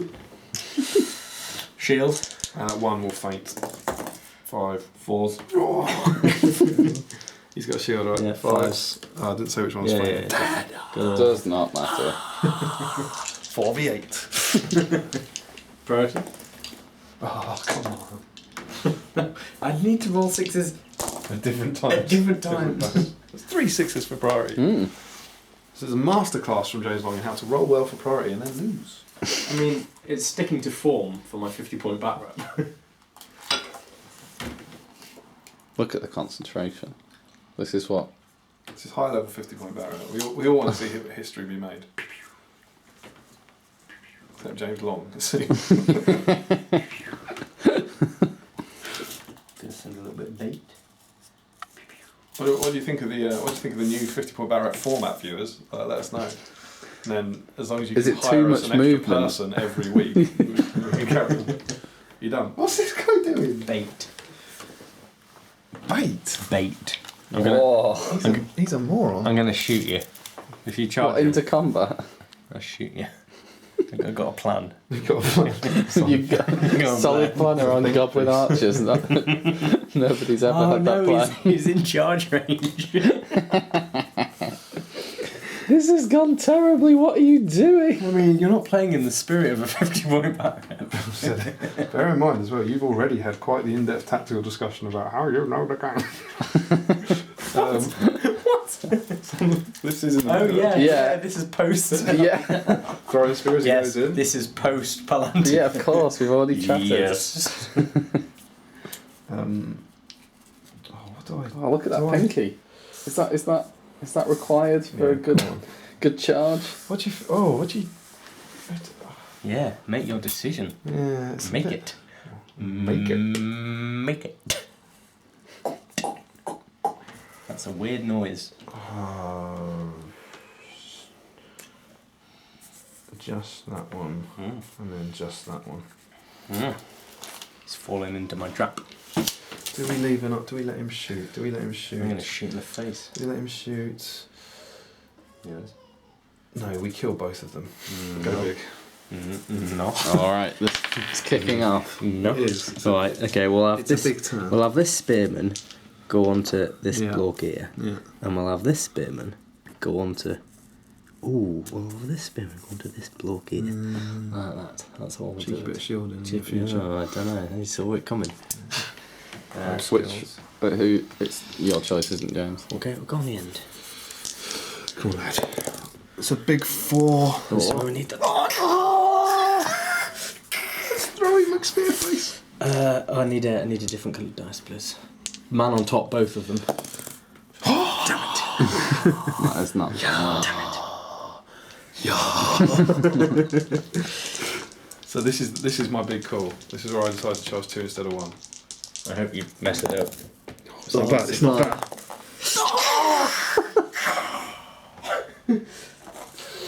Both on the man on top. Oh, do him! Do him! Oh, it's one gone! Take your courage test and run! Oh, it's one more than last week. Already.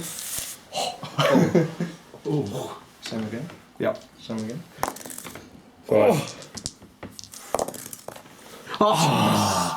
Down it goes, precious. Down it goes. 4s. None. As discussed earlier, he can only kill one. Definitely earlier. I'm going to shield. Oh no. Oh, it's another one! It's not what you want to see. Alright, let's convert. You've got to convert at this stage. Good. Get him off. Oh, he deserved that. Missed it. 4 goblins down for the loss of 1 Warg Rider. That's It's not a looking game. good. It's a This game. is a big This priority. game. Big priority. This is where we big need priority. 6 needs to come back. Oh, it's only a 2. Oh, and the goblins take it. This could be it. This could be it. Right. To the Wargs. Let's have it. Let's be having you. Delia Smith. Damian is disappointed with his priority roll. Could have been better. I think you can only trap 1, so that's something. Or can I get both? Okay. Yeah, you can definitely get both if you just move the wire closer when you spin around like that. I mean, it's not like all it's on on. film. It's not like it's on camera. Tom didn't see. The ref was looking away, but the camera knows all. Now, what do I want to do? Do I want to go? So you need to roll big. That warg. Yeah. Just needs. Well, have you? Oops, sorry. That's the one. Sorry. Right. All right. You know what? We'll start. We'll start with the 1-on-1. 1-on-1. All right. Oh, that's a. Oh, I did that. I'm glad we started on the 1-on-1. Yeah, I mean, I'm not even going to roll because you're a higher fight. Got to convert. Get off my board. Get off my board. What a... one more to break. Oh, I don't think we do breaking break. doesn't... Sadly. I'm glad. I mean, we could do it if you want. I'm going to faint at the front. Has he got a sword? Or has he got nothing? Actually, he's got nothing, so I will whirl. No, I'll fight no. Oh, Another waste. this is fine. That's This is another fine. waste. This is fine. This is fine. Oh, This is not fine. 2 kills. Victory sip. Surely. Can you not? third six. Can you not roll? Oh my... I'm done. I'm done. I'm leaving. I'm leaving. That is outrageous. 666. I'm going to strike the guy with Not the 3 spear. kills. That is outrageous. I noticed for 3 that they've kills. been 5s to kill. Oh, it doesn't matter. I think we'll take it. Yeah, that was unbelievable. My percentage is going to drop to 25. Priority, another big one. I haven't rolled You high have to win this. priority. Oh my word. This is looking Warg. Good for the Warg. Throwing spear on the guy with the shield. No. Shame. Great shame. Oh my word. What have you done? This is not going well. I mean, to be fair, you just let him roll 6s. You just I stood did. there and took I it. did. Right, where are we going? Let's charge Spearby McSpearface. This could be it, you know. This could be it. Maybe this is the big Wait, goblin where do you centre want to charge. go? It's your priority. Let's do the 2 on I'm 1. gonna go first. I gotta. Oh. Gee, oh. I mean, that was the big one. Yeah, First strikes against the archer. Next strikes against the shield. Oh, he's alive. Shield survives on the floor, but survives. 1-on-1, but 2 attacks for the Warg. Oh, it's only a 2. Chance, take it. Yes. Now, do you go? Striking the man. It's an orc. 3 down. It's not the mount. It's alright, I'm going to have one goblin who's going to have you. Goblin stick. Last one? Well, that's pretty that is pretty bad setting for. This is the best advert ever for OHA dice. Yeah. Priority. Oh yes. This is not what.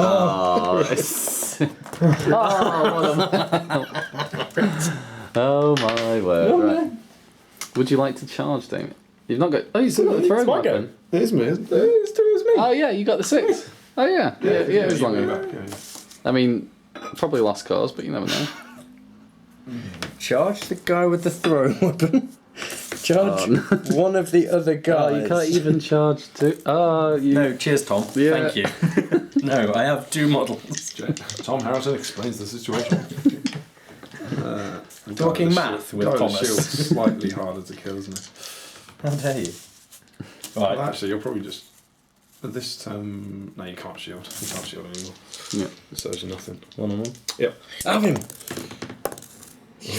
Man on top! If he kills here, he may go for a cheeky shield. He's killing all the goblins. Man on top! It wasn't in the script. Get done. Damn it. The walk sticks. That is so upsetting. That's a shame. This is Oh, it's a 6! It's a 6! No.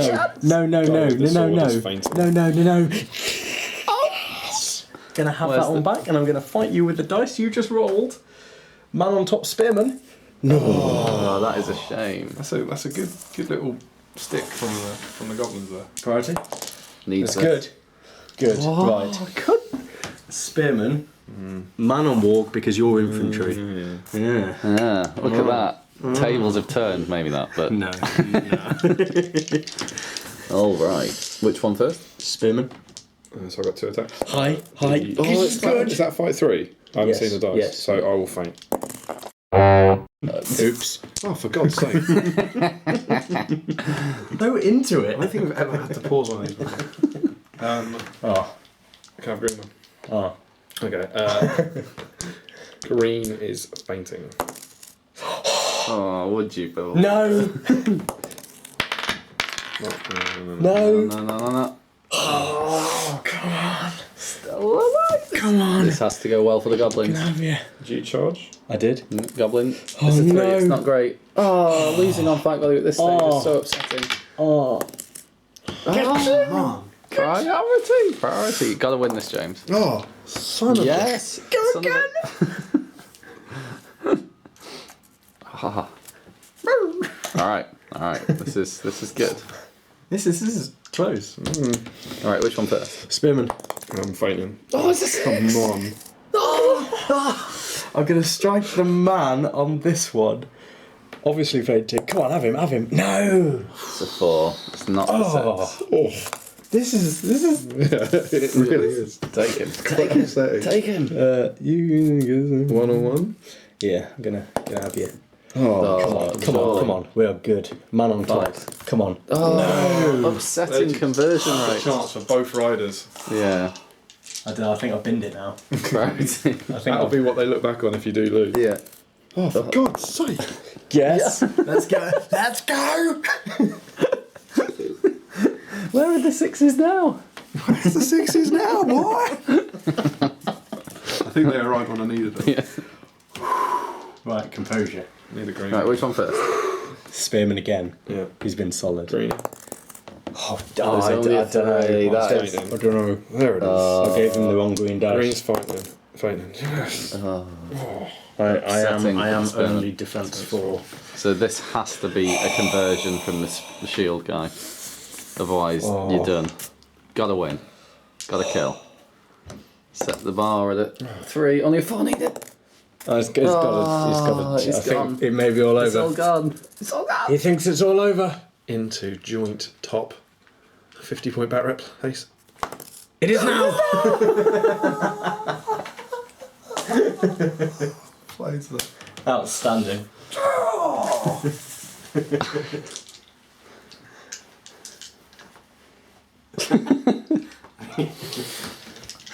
There we go. That was quite... Feel good. I feel like they were up against some severe odds there. I think they did well. Trip 6. That was good. Yeah, was Trip good. 6.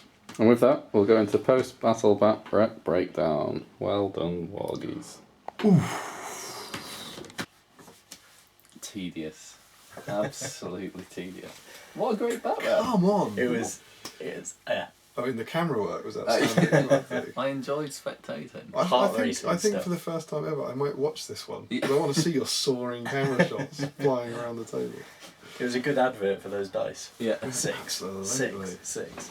So, what do you think, Tom? As a game? Pundit. I What a think you spectacle. bet on the goblins, didn't you? Yeah, that was a great spectacle.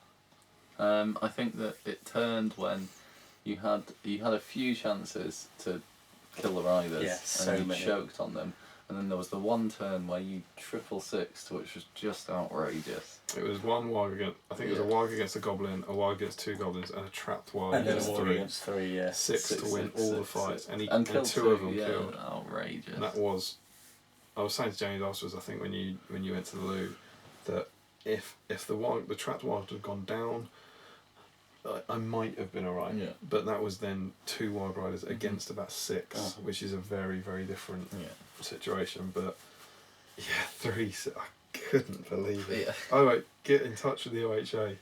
Yeah. Beautiful dice. They are nice. They're really, really nice dice, yeah, absolutely. But yeah, and then, like you say, I think there was a time when you were fighting 2 Warg Riders and a Warg, and you won 2 fights. So 2 5s. If you kill both of them, both the riders go. Maybe both the wargs go, and you're either fighting then 2 goblins against either 1 warg, 2 wargs, or 3 wargs, and then it's all over. But yeah, I was hoping my goblin shooting would have done more. 4 shots. No, That's it's not good. as it is. The Top Warg of the Riders are joint. Well, they might not be top because what was it when Ryan did his stuff? He for ties it was on number of models killed was like the tiebreaker. Yeah. So we might have to see, but it might all be irrelevant. So If they win next time. Yeah, if they win next time, it's irrelevant. If not, we'll have to see. So make sure you tune in probably next week, because there's going to be a huge. It might be like the World Cup final. We'll have to do some punditry. There is. Maybe we should figure out who they're going to fight first and It'd be a drum bit up of some an support. anticlimax if they lose. Yeah, no, that's it. We are going for the first time in over 2 years. Someone has the chance to become our new 50-point bat rep champions with 6 wins, and that's incredibly exciting. Mm-hmm. So yeah, we'll have to give them something. And I don't know, for the good of the sport, you hope it happens. Yeah. Otherwise, it'll just be really irritating. I think. They're just sharing the title, aren't they? Saying this is coming from the man who controls the Warg Riders. Yeah, but I don't know. Would you not? Do you not want to see them win it? Maybe I'll give them a game though. Yeah, obviously. They've got to earn it. Yeah, they've got to earn it. You won't let them walk it. No. Oh God, A is Warg next in the week- park. is next week going to be the week you finally remember your hunter Yeah, orders? that's right. Yeah. Is that going to be the challenge? Yeah. I don't know if they could do that. What is it? Is it 5? Yeah. Maybe 6? At 8 points. Yeah, at 8 points you can get 6 in. Yeah. Yeah, you would enjoy that. 6 hunter rocks would not be good for you. I don't know if they could do that. 6 hunter rocks, 2 of which are bows. As we see, the bows are fairly irrelevant, but 6 hunter rocks. That's just tough for the attacks. The fight med is the same. Yeah. You need to get the charge off and kill if you want go 1. Because that's What served you well you in need some is games. you need 2 wargs onto 1 each. Kill that, win priority, then 1. Yeah, you need to lose priority, kill, win priority. Yeah. Tough, Maybe. tough matchup. Hunter rocks could be the way forward. We'll see. We shall see. But yeah, let us know. Trivia questions below. Yeah. Top tips for new players below. What you think is going to happen in the 50-point bat rep. Furniture that you've got that looks like Damian's furniture. Will I have shaved? Yeah. Will Tom have had a haircut? Will James Long be here? Will he be here? Will he be here? Who knows? We'll try our best. And anything else we've asked. We hope you enjoyed it. Felt like a fun one from my point of view. I think. Cheers to James for being here and Thanks for having inciting me. the discussion. Mm-hmm. I'm sure it won't says be. that to me. No. Because you never incite discussion. Oh dear, this is why I didn't send In my anything defence. to Warhammer on you. Anyway. So look out for Tom's nomination for Warhammer Arseholes. Until next time, don't forget to comment, like, share and subscribe. Support your Hobbit host by clicking on the links below. Like us on Facebook, follow us on Twitter. Support your Hobbit hobby. And Hap. P. Strat. Digi. Battle. Game. Hey. Good work. Yeah. Oh, that was awesome.